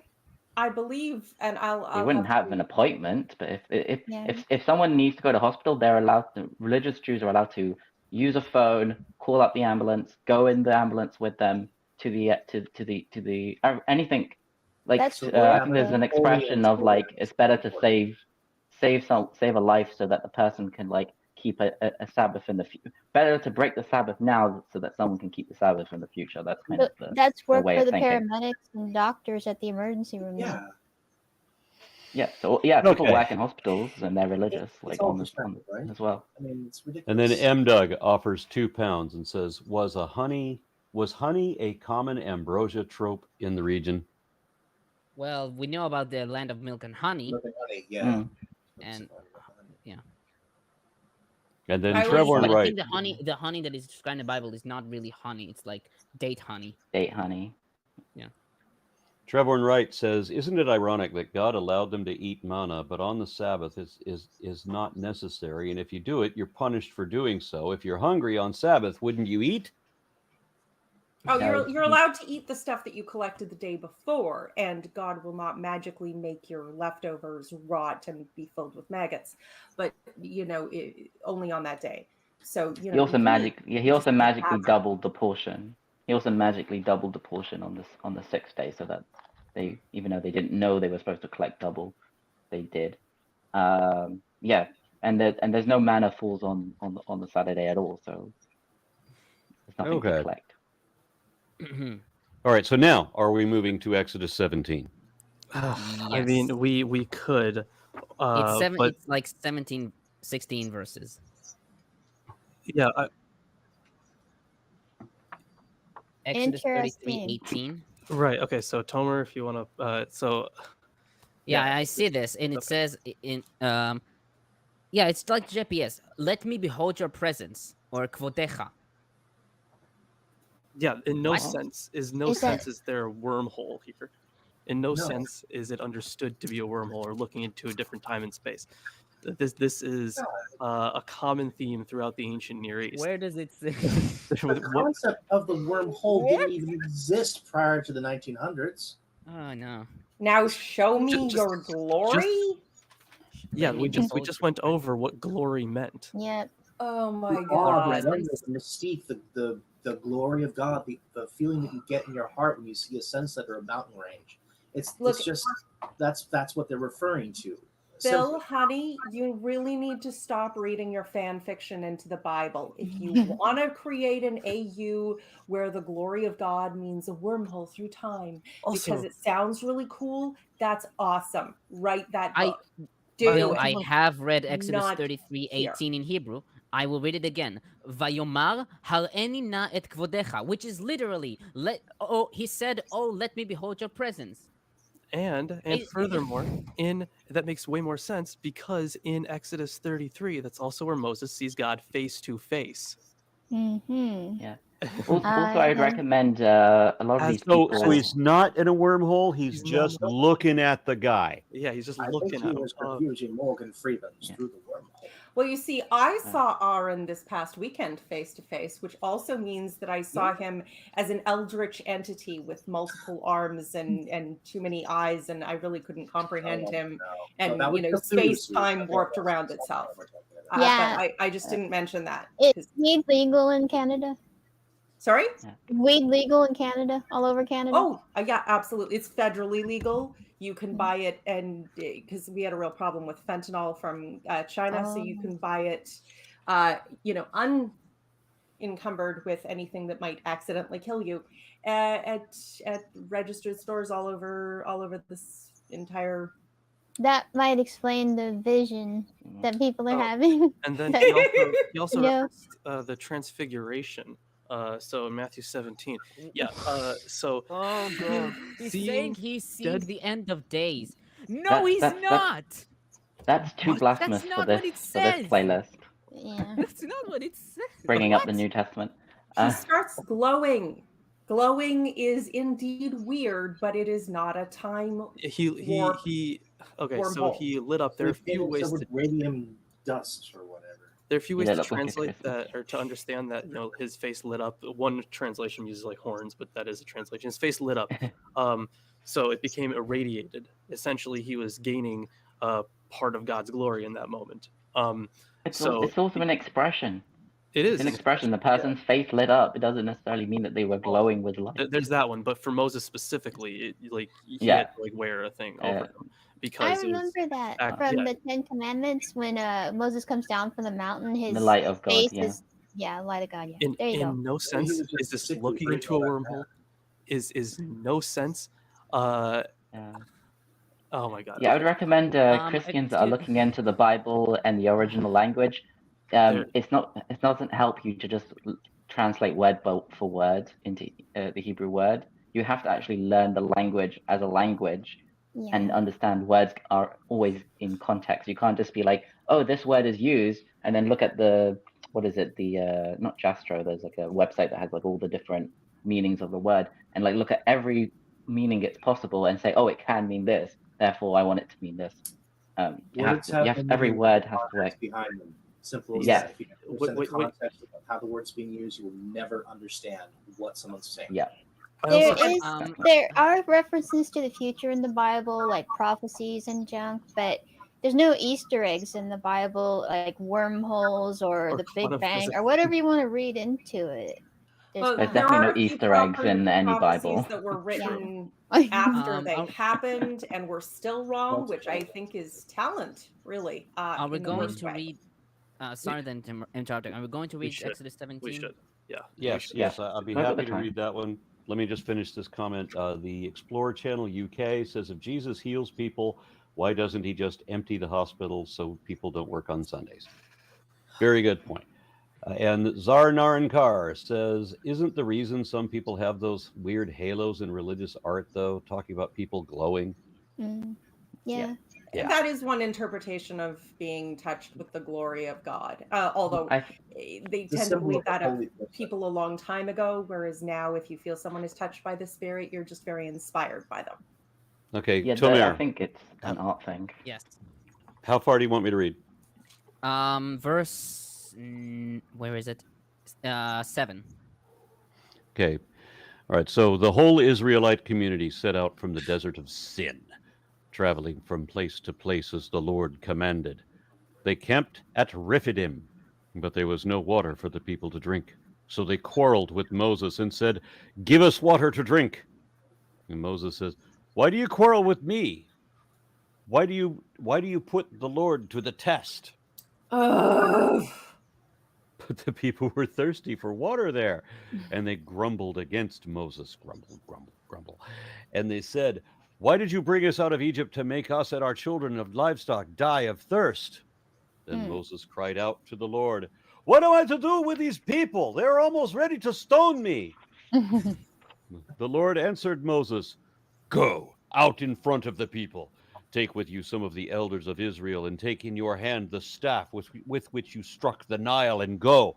I will stand there before you by the rock of Horeb. Strike the rock, and water will come out of it for people to drink. So Moses did this in the sight of the elders of Israel, and he called the place Massa and Meribah, because the Israelites quarreled and because they tested the Lord, saying, Is the Lord among us or not? Okay. Okay, I have a Sure. question. Go on. Water in the desert. I have a question. Often I have heard God referred to as our Father. Okay, God our Father. Maybe more of a New Testament vibe, but these are apparently his people that he's going to take care of, whether in a fatherly sense or a kingly sense. Tell me, what do we call a leader or a parent, more specifically, who takes their children into the desert and gives them no water until they have a total meltdown and then blames them for needing water? CPS? Anyone? Yeah. Yeah, I got a comment from Bill Edwards who says, "Yeah, watch these jokers just pawn shit off and don't get into the science of it." Here's the science of it. You want me to get into the science? The guy says, "Let me see your image," and God shows his face. There you go. There's the science. Wormhole, seeing into different times? No, we're looking into the present, not a wormhole. Right now, right there. And I pointed this out in chat. If you want to understand these texts, you need to understand them in their historical context. In the ancient world, they did not have a concept of wormholes or time traveling that way. Visions were understood in a certain way, which is what is being kind of described in those passages, and seeing either relatives or ancestors or religious figures.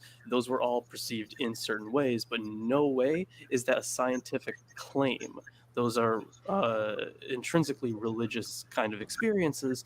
And if you want to understand how the biblical authors understood what they wrote down, you need to understand that motif in the ancient world. The moment you take it out of that ancient context, you begin to lose meaning, or in this case, add your own. Bill, if you want, go to a place called the Initiative for Interstellar Studies, and it will talk in great detail about the Einstein-Rosen bridge when this was first posed. So I definitely recommend that you understand a little bit more about the scientific theory before you make assumptions that it's based upon things. If you want to talk about the science of it, where is Moses in this verse traveling to another part of the universe through a wormhole? He's just looking at God's face, right? He would just know, because there's a different part where. So initially it said that he's looking at God face to face, and then later on it still continues to describe a vision of God, but not in the same way as it was before. But like if there's no indication that it is somehow through anything that even resembles a wormhole. I know, that's what I'm saying. Like if we're jokers and we don't get that there's a wormhole here, why are there no aspects of a wormhole in the story? Yeah, Wouldn't it be a magnificent thing to describe? If the Bible meant to describe that, couldn't the Bible have described that? Even if it was a little off, like something that grand would certainly be worthy of more of an explanation than just uncomprehending. This is too stupid for us to talk about here, because this is completely. The last I'm going to say about it, Bill Edwards put in a follow-up comment. This is no, they use acacia wood loaded with MDMA. What's he talking about? Okay, that's enough. Is he talking about the? Is he talking about the wood that goes into the bitter waters? Because I did want to bring up one thing that I read that I think Aaron, you might like this. There is one explanation or one interpretation that says the wood was a part of the tree of life. I guess so. That's a little sure. bit too much. Okay. That must have Okay. Okay. More comments from there? Yes, I have. I have one comment though, like before you go, Tamir. Go on. Okay. I'm waiting. People who read too much in the Bible, like Jesus in the Old Testament, like somebody who isn't here, who I won't mention, and also this wormhole thing. It to me, as a former Christian, it comes across as you're always looking for a sign. So you're supposed to have faith that the Bible is true. You're not supposed to be looking for real things that, oh, look at this, the Bible talked about wormholes. It must be true. You're supposed to believe on faith, not by The sight. wicked and deceitful generation asks for a sign, but there shall no sign be given. Exactly. Wormholes are also theoretical. It's not even necessarily possible, except for in the math, and only partly if you have a huge amount of energy to pull that off, which we can't even begin to test anyway. I'm sorry, but There's no. literally no way to look at one. This is no way whatsoever. But this is reading in a very modern concept of God. You know, the omni everything outside of time. So then the only way to get to that for a person with lots of imagination and little education sounds like wormhole, because it's something you'd see in SG1, which, you know, great show, but not real. Exactly, and I'm sure Aaron can attest to this. In the study of anthropology, we can't put our own modern biases on these things. We need to try to understand them on their own terms. everything is to be about what they were doing back in that time. Like you said. Similarly, I talked to a Christian today who was telling us that every time you see it, every time the Bible, the Hebrew Bible describes, you know, the physical aspects of God, you know, him waving his hand, turning his back, whatever. When they see God, you know, and they comment about the pavement at his feet and that sort of thing, all of those references to God having a body, that it's really talking about Jesus. Well, yes, of course, because Jesus is in some variants the avatar of God, but we're not allowed to call him that because that's not quite theologically sound. But the Jewish authors were not fulfilled. writing about Jesus. No. When Abraham recognized God at his door, he didn't recognize Jesus. Yeah, it's a totally Christian perspective, but we went over this with Methuselah. That, you know, basically Christians had to come up with this insane backstory where Methuselah is, you know, Jesus coming through it, when in reality it's just that Abraham worshipped the god El of Canaan, which was a common god, and this guy was a priest of that god. They're retrofitting. Exactly, retrofitting and getting more and more extreme and wild. Like this is the opposite of Occam's razor. This is the most convoluted and magical explanation, is obviously the only true one. Definitely, it's not a parsimonious explanation. That just look at it like Lawrence is saying in the context of the time, the verse. Mm-hmm. So all right, so to continue read Tomer. Yeah, I'm waiting here. Are you all finished? Go. Thank you. So first off, Rephidim. The location of Rephidim is not known. According to Shmuel Achituv, those identify Mount Sinai with Jabal Musa in southern Sinai identify Rephidim as Wadi Feiran or Wadi Rafid, and those identify Mount Sinai with Jabal Halal or Halal in North Sinai determine Rephidim's location between El Arish and this mountain. That's one. Okay. Now, verse 3, to make us and our children. So, interesting thing here. The Hebrew Bible literally reads, why did you bring us out of Egypt to kill me and my children and my cattle with thirst? So it uses a singular, not a plural. This rendition also appears in Targum Onkelos. Kasuto writes, the singular pronoun me follows the plural us in order to make it possible to give special emphasis to the suffering of the children. For if the text read us, the children would also have been implied. Okay. And verse 5, the staff with which you struck the Nile. So Rashi comments that the addition which you struck the Nile is added because the Israelites had said that it was intended only for punishment, and now they shall see that it is also intended for good. Nachmanides, Chizkuni, and Sforno comment that the staff that turned the waters into blood and thus prevented the Egyptians from drinking them now does a contrary function, bringing water into a flinty rock for the Israelites. I got the magic stick. Oh no. Verse 6, I will stand there before you. Ibn Ezra writes that God tells Moses that he will encounter his strength and power on Horeb. Saadia Gaon translates, I will put a sign before you there. Chacham comments that this refers to the appearance of the glory of the Lord, which is the pillar of cloud or fire. And now strike the rock. Sana comments here, the phenomenon is most likely to be explained by the presence of water-bearing formations of soft, porous limestone, which has high water-retaining capacity. A sharp blow to such rock may crack its crust and release a flow of groundwater. What is of importance is that the miracle is credited to God, not Moses, something that is emphasized several times in the Bible. As often in times of crisis, Moses acts only by divine instructions as the agent of God's will. He does not act on his own initiative. And when he does, he's damned for it. Well, metaphorically speaking. We don't have hell yet, but yeah. That's it what for my you- part. Spoiler alert! I'm not gonna make it to the promised land with you. I guess I've seen the promised land because he Zark- didn't want he struck that rock on his own because he got mad at them because they wouldn't stop grumbling. Yeah, That's this is the, another that's the case second. of That's a how- different story. There's also a good Mhm. amount of similarities here. So this is, of course, compared to the waters of Meribah in Numbers 20. So there are a good amount of literary problems here that Van Setters goes over. So leaving aside the matter of the introductory itinerary, there seems no reason on literary grounds to identify anything in verses 1b through 7 as the work of P. This is especially the case since P has his own version of the waters of Meribah in Numbers 22 through 13. Yet the unit appears to contain doublets. In verse 2, the people contend with Moses, and then in verse 3, they murmur against him. Likewise, in verse 7, the place is given two names based on two explanations. Yet these doublets do not produce a neat division of sources because both names in verse 7 go back to verse 2, and a division within this verse still leaves verse 3 unaccounted for.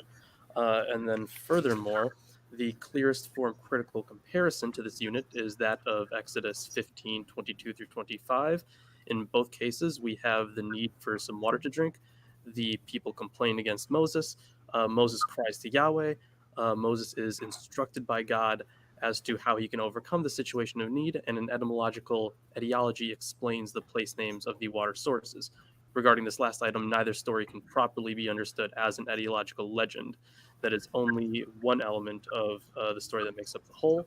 The simple demand of the people in 15:24, what shall we drink, is similar to that of 17:2, you'll give us water that we may drink. And then he goes over the more specific ones. But the thing is, these probably play off of each other in form. So it's just a doublet in this case. I would also point out that the name Massa means test, trial or approving according to BDB dictionary, and Meriva, which also means quarrel. Meriva means to quarrel. Lariv, reshut bet is quarrel. Yeah, sorry. Doublets is a literary tradition in Hebrew, and well, I think that the weaving together of multiple sources probably reinforced that over time. It's not to say that couldn't exist in any other context. So, I mean, I do obviously have largely one source for this chapter as I'm going through, but it's it seems to be a theme. Although producing water from rocks in the desert, I mean, water in the desert is more valuable than gold. It's always been the case. So, as a miracle, that is far more sensible. All right, I'm going to continue reading if that's okay. Yes. All right. The Amalekites came and attacked the Israelites at Rephidim. And Moses said to Joshua, Rephidim? "Choose some of our men and go out and fight the Amalekites. Tomorrow I will stand on top of the hill with the staff of God in my hands, while riding my horse Shadowfax." So Joshua fought the Amalekites, and as Moses had ordered, and Moses, Aaron, and Hur went up to the top of the hill. As long as Moses held up his hands, the Israelites were winning. But whenever he lowered his hands, the Amalekites were winning. So he played a great game. He went, Essentially, they gotta hold up his arms coming up here. And this was the origin of the wave. Hey, so Seattle tradition. So wait. Oh no, we started the whole thing. I'm so sorry. When Moses' hands grew tired, they took a stone and put it under him, and he sat on it. Aaron and Hur. I can't believe I'm reading this. Go on. Sit down. When Moses' hand grew tired, they took a stone and put it under him, and he sat on it. Aaron and Hur held his hands up, one on one side, one on the other, so that his hands remained steady till sunset. So Joshua overcame the Amalekite army with the sword. And people believe this. Yes. Okay. I love this It shit. sounds a bit like the time you were talking Uh, about being part of a shield wall and putting your shield arm on your sword just because, like, my God, I can't hold this up all day. Raise Yep. the Aaron, city can you wall. please finish this chapter? Yes. Yeah, 2 more verses. It's just 3 verses. Oh, Then the Lord said okay. to Moses, "Write this on a scroll as something to be remembered, and make sure that Joshua hears it, because I will completely blot out the name of Amalek from under heaven." And Moses built an altar and called it, "The Lord is my banner." He said, because hands were lifted up against the throne of the Lord will be at war against the Amalekites from generation to generation. Okay, now I have a comment. I'm sure everybody else does too. Hmm. Write this on a Down. scroll as Yeah. something to be remembered, and make sure, because I will completely blot out the name of Amalek. I know. Blot out the name but of it's on the scroll. Amalek. Blot out. Write the name down that you're. And remember it. Right. No, we have to understand this- what blot out means. So Yeah. in biblical tradition, blot out is blotting out from the book of life, the book of people who will get eternal reward. It is used rhetorically by Moses. It is used here. The idea of blotting out is just for those eternal rewards. But yeah, this of course contains a lot of similarities to I forget which one of Joshua's wars this actually was, but where Wait, the sun stood still. yeah, where the sun stood still. Yeah, I forget which one that was. It was pretty early on. Yeah, that was Yeah, right the after thing is, Jericho, I this believe. this what this shows is a knowledge of the Deuteronomistic history and the and Deuteronomy itself even. So one critical text is 25:17 through 19, which states, "Remember what Amalek did to you on the journey after you left Egypt." And the connection is of course pretty close, because he's literally told to write it down, kind of showing knowledge that it's been written down. So the thing is, they probably got this from that tradition. So this is probably what looks like a later edition entirely. Yeah. Yeah. No, I can absolutely see that. Or I should say, not later tradition entirely, but definitely after the writing of the Deuteronomistic history. It's a later know- writing. I just What- want to ask, could blotting out from the Book of Life mean killing all his descendants so he had no progeny to go for? I don't think so, because people who were blotted out from the Book of Life still had descendants, I think. Okay. Yeah, I mean, I'm pretty sure. That doesn't make sense. If it's the book of life, then your progeny should go too. No, it's not that kind of life, Arn. It's in the apocalyptic kind of worldview that would develop over time.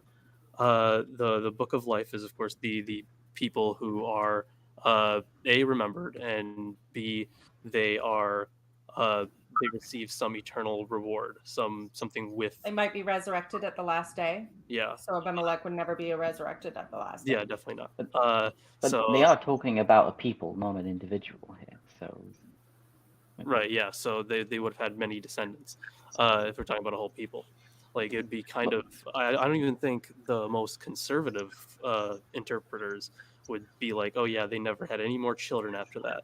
Okay, so what you're talking yeah, about there is a something tradition where that somebody Haman. somebody was the had a last place Yeah, in history and they're removed from their place of history, like Jesus's brother Kevin, who could turn water into Bud Light. Okay. They're removed from the eternal reward uh, at the end times.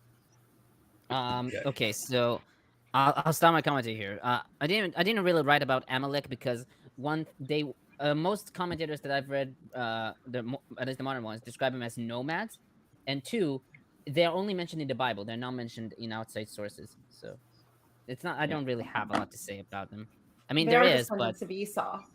and also my commentary will be quite long. So Yeah. I wanted to avoid that. I've got an earworm stuck in my head now, and so I have to spread it. Like when you're talking about when the sun didn't go down, now Losing everything is like the sun going down. It's stuck in my head. Okay. Oh. Verse 9 about Joshua here. So Kasuto writes, although Joshua has not yet been mentioned in the book of Exodus, yet his name was known in the Israelite tradition, the reader would easily understand who was being referred to.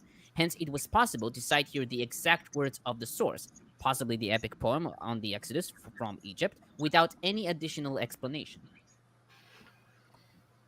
And verse 10 about Hur or Hu, according to 1 Chronicles 2:19, Hu was the son of Caleb, son of Hezron. According to the Talmud, Sotah 11b, he was the son of Miriam. But Josephus in Antiquities 3:2 writes that Hu was the husband of Miriam. So the sources can vary. Verse 11, as long as Moses held up his hands. So in Talmud, Rosh Hashanah 29a reads, it may be asked, did the hands of Moses make war when he raised them or break war when he lowered them? Rather, the verse comes to tell you that as long as the Jewish people turned their eyes upward and subjected their hearts to their Father in heaven, they prevailed. But if not, they fell. Rashbam, however, writes that Moses acted as a standard banner, such that when the Israelites saw that his hands were high, they were more courageous, and when his hands were lowered, they fled the battlefield. Cheering on and rallying the troops. Yeah, that makes sense. Yeah, basically was a cheerleader. Verse Give 12. me an M. Verse 12, his hands remain steady. So the remain steady here is translated from emunah, which literally means faith or faithfulness. Rashi comments that Moses' hands were in faithfulness, spread forth to heaven in a confident and firm prayer. This interpretation also appears in the Aramaic translations. He also cites Tanchuma Beshalach 28, which reads, because the Amalekites had calculated the hours by astrology, as to which hour they would prove victorious, Moses held back the sun against them and brought the hours into confusion. Mm-hmm. So, yet more magic time warp. Yes. Let's do the time warp. That's what I was thinking too. For the next 3 hours. In verse 14, write this on a scroll. The Hebrew Bible reads Ba Sefer, which is the book, instead of a book, which is Be Sefer. Ibn Ezra wrote that this refers to either the Torah or to the book of the wars of the Lord, which is mentioned also in the Torah, I think. Targum Pseudo Jonathan translates the book of the elders that were of old. According to the Talmud, Megillah 7a, the book refers to the Bible, and so the intention here is to mention the continuous struggle against Amalek in the various books of the Bible. The book of the wars of the Lord, that's one of the books that the Bible references. The Yes. Word of God makes reference to this other book, as it does a few times. Yes. But that Like other the book of- isn't in the book of Bible Ayashar. anymore. Like the It book of, didn't survive. Book of Generations, Book of Jasher. Yeah, these Book of things. Jasher, yeah. Actually, it's and not then- Jasher really. Jasher implies like it's a person. It's actually Sefer Hayashar, which is like translated to the book of the upright or the straight, Okay, something like this. fair enough. Are the books that aren't canon called the pseudepigrapha in Pseudepigrapha. So it depends, really. in the Old Testament? Some of them are apocrypha. Then that depends on. Isn't that New Testament? No, Not that's also Old Testament. There is apocrypha for Old Testament. I think Book of Jubilees is one. Yes. The Maccabees Maccabees. as well. Yeah, Tobit, are I think, books. as well. They're not in all canon traditions. So they're just in some of them recognized by some traditions and not others. And that would be the apocrypha. And then when we're talking about pseudepigrapha, these are writings that are meant to be that claim to be written by one person, but were not actually written by that person. The modern word that we use for that is forgery. Oh. But the way that writing. Second Peter, pseudepigraphal. Yes. So the way that we're talking about these other texts would just be like extra biblical. These are like, or they could just be the intertext. you could have source material, whatever word you want to put on it. But I would say that even like the Deuteronomistic history takes from sources, and Mhm. it even cites those sources numerous times. Mhm. Like the Chronicles of the Kings of Israel and Judah, something like that. Mhm. So they are citing their sources in these texts. So it is interesting that we have another reference to one of those here. Given There's a that the book Torah I have in in the its library that I don't have access. I'd show it to you. There's two of them. One of them is called Warfare in the Old Testament. It's Mm. very, very interesting. Goes into the various different details of what they did in that era. And I have another one that I think is Battles in the Old Testament or something like that. I can't remember. But I remember reading that when I was in my theological classes when I was in college, and it was really interesting because it went into a lot of those types of things of holding your hands up and what those different symbols meant. You can clearly see the reference to what we're talking about now. Given that the Torah in its current form was compiled after the return from exile in Babylon and Persia, it's quite possible that some of these books being referenced that were used for different stories had been destroyed in the destruction of the temple and the destruction of Jerusalem, or that copies of them were not surviving and that they took from what did survive, or that complete copies were not surviving. The portions obviously might have been somehow preserved.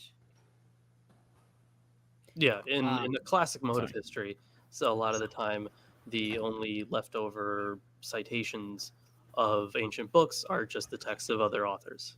Mhm. I find that interesting. 3 things are bad for books: fire, war, and religion. Okay, Matt, did you have something on verse 13? 13. Yeah. No. Oh, it's just that there's an idea that it doesn't say that Joshua like beat them. It says he weakened them, implying that he didn't kill, that he let some of them live or whatever. Mhm.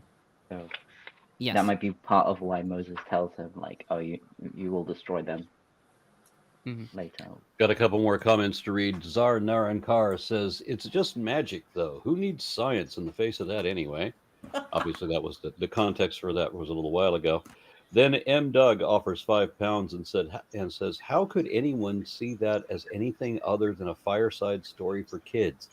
Ancient kids. I get it. Yeah. And then, well, this is an interesting font. Luke Snyder, I think. Snyder, Yes. I guess is what that's supposed to say, offers $5 and says, let's say he peered through a wormhole. What then? There's no way for one to suddenly pop out of nowhere. It would probably kill everyone. Yes, And very then, much so. And then Eric Wander says, is the desert of Zin in Kadesh the same as the wilderness of Sin in the Rephidim? I think so. If zin Yeah. refers to sin, then I think so. I- I don't know where this phrase appears though in the Yeah. Bible. I mean, the desert of sin that we're mentioning now, it's not "sir" with an S. It's like a sharp sound, sin. Sin, yes. And I think if he mentions the desert of zin with a Z, that's probably another way Actually, of writing the same word. And fun thing, sin in modern Hebrew is the word for China. Huh. Yeah. Oh yeah. Sin. Yeah. I don't think they were that far east, but Okay. Okay. Yes. I haven't. I only have for 16 and I think 17 as well. No, only 16. Okay. So 16. Sana comments, the enigmatic verse appears to be a fragmentary citation from some ancient poetic text, now lost. Perhaps the Book of the Wars of the Lord, mentioned in Numbers 21:14, or the Book of Jasher, cited in Joshua 10:13 and 2 Samuel 1:19. These works seem to have contained collection of war songs and poetic accounts of battles. The present verse may well be excerpted from a poetic version of the battle against Amalek. And another thing about the throne of the Lord, the word for throne here, kes, only appears in this verse.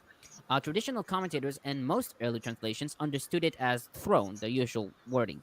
The Septuagint, however, translates secret, possibly reading from the Hebrew stem chaf samech hey, to cover.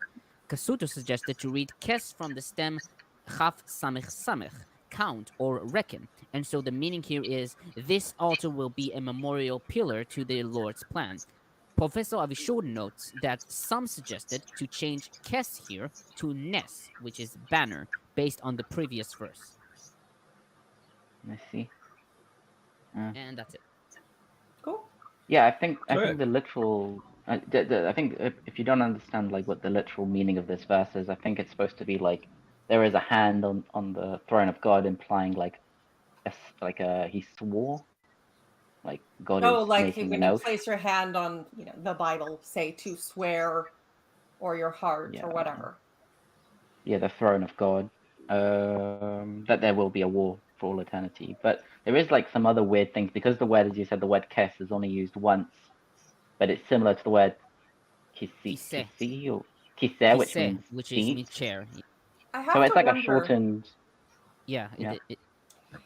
In It's other like a shortened cases- version of the word, and then Mhm. the way it says God, it doesn't say Yeah. it doesn't say Yehovah. It says Yes. yeah, just like another shortened version. So there is this idea of like the throne is incomplete or something until Amalek is destroyed or something like that.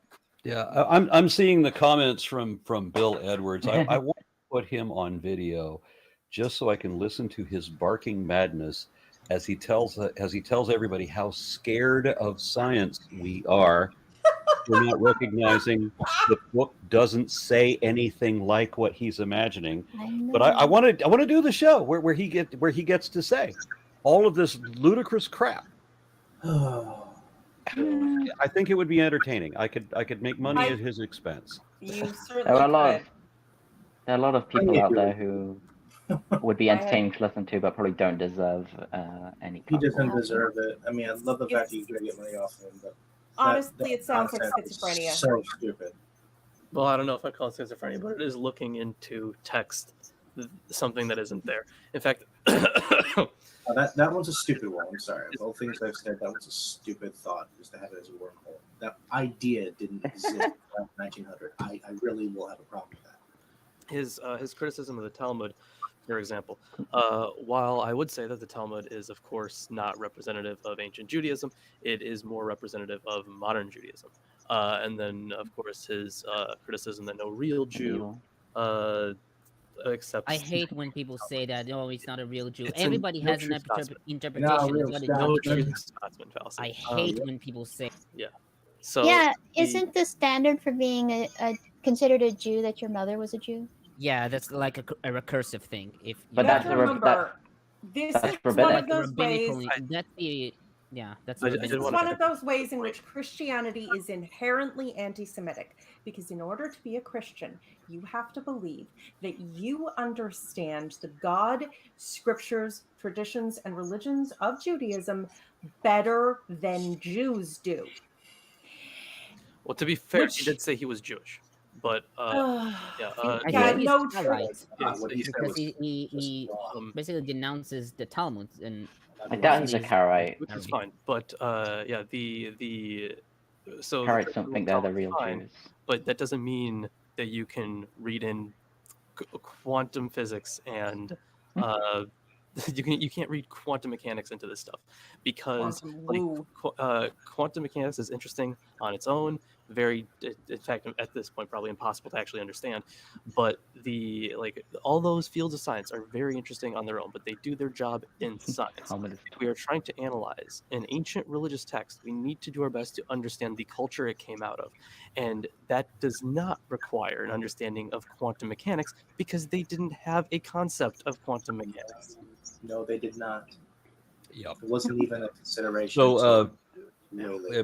Mr. Edwards, contact gonna go for it, and we'll establish a communication. And I mean, you're telling me now that I'm scared of your lunacy, which is What would God's motivation be for even opening a wormhole? Hey, look, Moses, a wormhole. And Moses is like, for what "Whoa, reason? God is mind blown." standing there. Yeah, Right? as if God is standing there. Everybody can. Moses says, "Let me look at let me look at you," and God is like, "Oh, here I am." No fucking wormhole. Yeah, He's wormhole. just standing there. What do you think of that, Moses? I I'm put the happy to email. help you. I put the email address This sounds more in like chat something so he Cthulhu can would do. he can email info@gonnagoforit.com and we'll have Bill Ember on. I'm personally not interested. If you guys want, I don't want to. Well, I'm not We'll asking talk the about it, panel sure. to do it. I'm not. I wouldn't Yeah. subject anybody here to Yeah. this I kind mean, of I'm idiot. happy to argue with him about what real Judaism is Yeah. and what Oh, is yeah, actually okay. If you want to what's in be the in on it, Talmud and please. what's taught in the because he's saying stupid things like, "Oh, the Talmud is taught in the synagogue." Like, no, it's taught in school. It's not. Yeah. It's And not like I still think he might be a Christian because some Christians identify themselves as the true Jews because, yeah. Yes. I mean, you've got like Aaron in his in that video where he was talking to people outside the Satan Con. There were 3 people he was talking to who like had like kippas on them, and they had like one of them had the Star of David on him. But those they seem to be Messianic Jews, which are just I like to say Christian. Messianic Jews are Christians LARPing as Jews. I mean, yes, I'm Yep. sure there are actual ethnic Jews that are part of it. The Yeah, movement. one of them wanted to have a conversation with me so bad. We did have some email communication where he Oh, yeah. wanted to support his 300 verified prophecies where Jesus fulfills all of these prophecies. I'm like, okay, well let's just ignore like all these rabbis who list all these things that Jesus was supposed to do and didn't. Let's ignore all that. Let's pretend that. And we already know that most of your prophecies, most of your 300 prophecies are not really prophecies. These are not things that were said by a prophet where you have any expectation that this is going to happen by this time or whatever. And then there was any period of time where the people knew to expect this thing. No, this is where you misread a particular passage from something and then interpret it to mean something other than what it says. That's all it is. But let's just pretend that all your 300 things came true exactly as predicted. Every single one of them came true. We still know and can prove Adam and Eve never happened, Tower of Babel never happened, the global flood never happened. And the guy wanted to argue in defense of the flood. I'm like, okay, here's my 8-part video series disproving Noah's flood from several different fields of science. And here's a 9th episode where we talk about how ridiculous the boat itself is. All of your prophecies could have been fulfilled. It doesn't matter. We still know the global flood didn't happen. Doesn't change anything. It's a story. I never heard from him again. It's a story.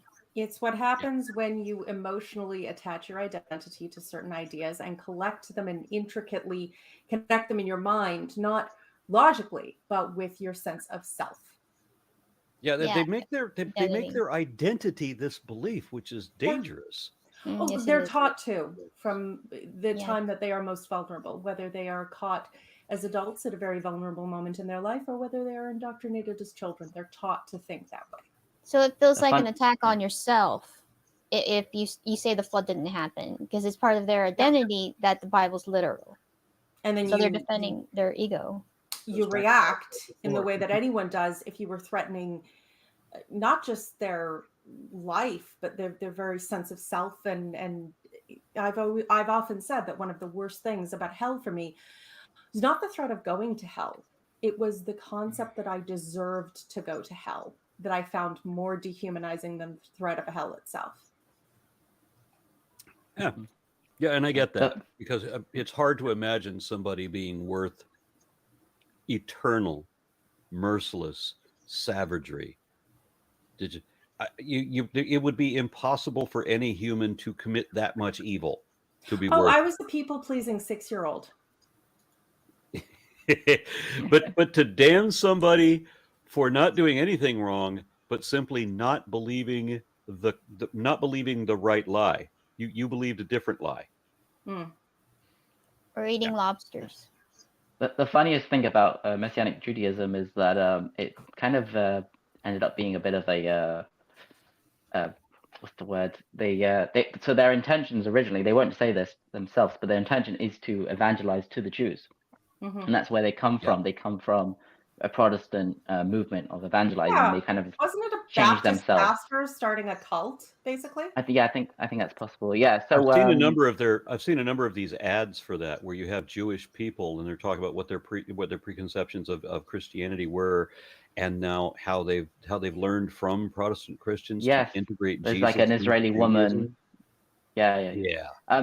So the thing is, it's actually backfired quite a bit, as in Messianic Judaism attracted Christians they were like, oh, we're going to become the true Jewish Christians of the old and keep these laws. And actually, a lot of these people ended up converting to rabbinic Judaism away. Reverse.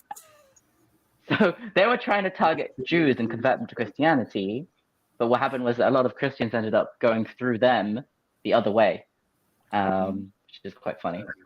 Maybe what you're talking Okay. about sometimes at protests, like the people that say that they're real Jews, but they're not actually ethnically Jewish. I Oh, forget that's what- another movement. There is another movement called is it Black Israelites?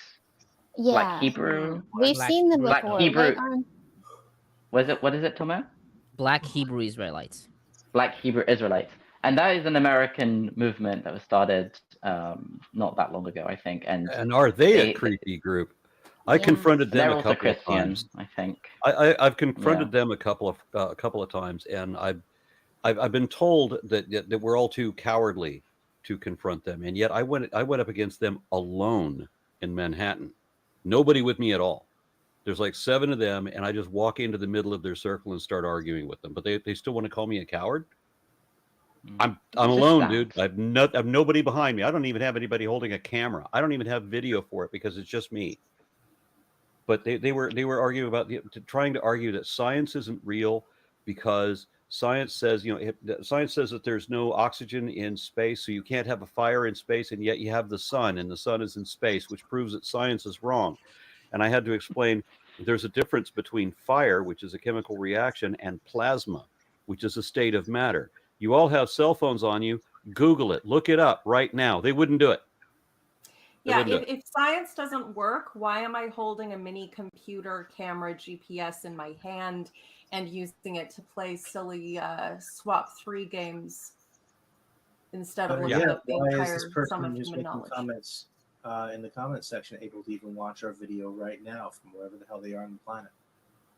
I'll give the Amish this. At least when they say that they reject science, they actually put their money where their mouth is. To a degree. Okay, so I will schedule something with Mr. Edwards once he figures out to do that. There's Doubt one he's more gonna comment agree to from anything. him before we go to another topic. He said, "Why would anyone scientifically, sorry, that's just me, scientifically look like a lit up person? Quantum physics says if you stood at or went through a wormhole, smashing through particles, you'd light up like the sun." Or if you want, Quantum physics says that, does it? or if you Uh-huh. want to, because like let's take a look of the things that are said to be shining or gleaming in the Bible. That goes from faces to attire. It goes through for a lot of things because you're trying to present a certain type of we talked about it today, a certain type of divinity or glory. These were things that represented those other concepts. For example, in ancient Egypt, like if somebody was called dazzling or shining, do you think if you went back in time, they would literally be lit up like the sun? No, they wouldn't. These are associations with something else. And that's how language worked at the time. It's how it still kind of works. Like we use Yeah. phrases idiomatically. Yeah. And Absolutely. then taking Yeah, it but also it's like your downfall. if you believe that this is like divinely inspired, like this actually happened, then you believe that God lit up someone with divine light. There's nothing to do with wormholes. It's not about quantum mechanics. It's magic, whatever you want to Yeah. call it. God Yep. shone His light out of someone's face. He doesn't Let's use just- quantum Let's mechanics just to be do clear that. what quantum mechanics is. We're talking about energy states at the atomic level, right? And so Well, like where subatomic. light It's got nothing to comes do with from. something macroly lighting up. Like this. This is what we're talking about. We are not talking about anything remotely biblical. The minute And somebody there's says no quantum mechanics, it's like you're just full of it. No.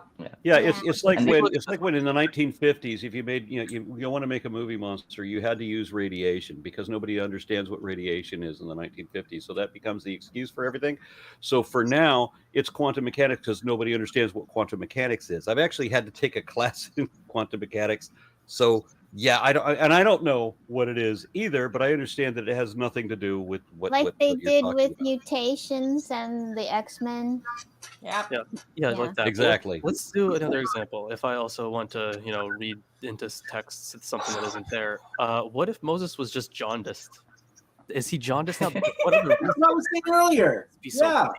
It's got to be. Or maybe he just had actual horns, and it Okay, wasn't maybe nothing he to do was with light. pregnant. It can- Maybe Maybe he he was was- pregnant. Pregnant women are said to glow. Right, glowing. He actually went up the mountain to SatanCon, 2000 BC, and came back with some little horns, and the people were like, "Oh, It was the coolest thing I ever saw. He went up the mountain, he came back down with horns. yeah, exactly." Yeah. So I'm going to read a couple Yeah. more comics. M. Doug offers £5 and says, "Here's some science. Sinai is 60,000 square kilometers. The Israelite camp would have been around 43 kilometers squared. Yeah, 43 times Okay. 43 kilometers Yeah, squared. and then how many camps before revisiting a spot? Yeah, somebody wrote all of this down. I kept a record of it, but Golly. then I got sidetracked and went Wait. out of the country for a bit, and I forgot to have the file ready. But it was Oh. beautiful. Yeah, I should pull that up for next time. I'll remind myself to have all that data up for next time. It talks about it's just the math of how utterly absurd the entirety of the Exodus is, and then. Bill Ebswords again says, "Why would anyone scientifically?" Leonardo already read that. Yeah. Yeah, we read that one. Okay, and then P-Town offers $20 and says, "Golfing. Sorry, I missed. Want your name in that book, Aaron." How is that actually What? pronounced, Tamer Arun? What? How Aaron. is Aaron actually pronounced in Hebrew? Aharon. There is a Aharon. hey. Aharon. How- Yeah, but it wouldn't Oh. matter because my name is Icelandic, not Hebrew. But there are people that in Hebrew that go by Aaron as well, without the Aaron. first Yeah, sound. but they don't pronounce Are- the hey. They say Aaron. Yeah, Are there's you also telling people in me- India. There's also people in India who have my name as well, but again, it's a different pronunciation and completely unrelated roots. I knew an Ara when I was growing up, which is why I've always found it funny that people can't seem to pronounce your name correctly. I said to Aaron previously that I know at least another one famous Aaron, which is Aaron Nimzovich, who was a famous chess grandmaster. Right. Yes, that's right. Aaron, are you telling me that you don't have a magic stick that turns into a snake? Made of Well, sapphire. We can't have that conversation right now. Oh no.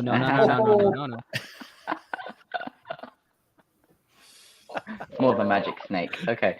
All right, so I guess we're going to end it here. We're a little bit over time. Lawrence, I'm glad you're feeling better. You look better.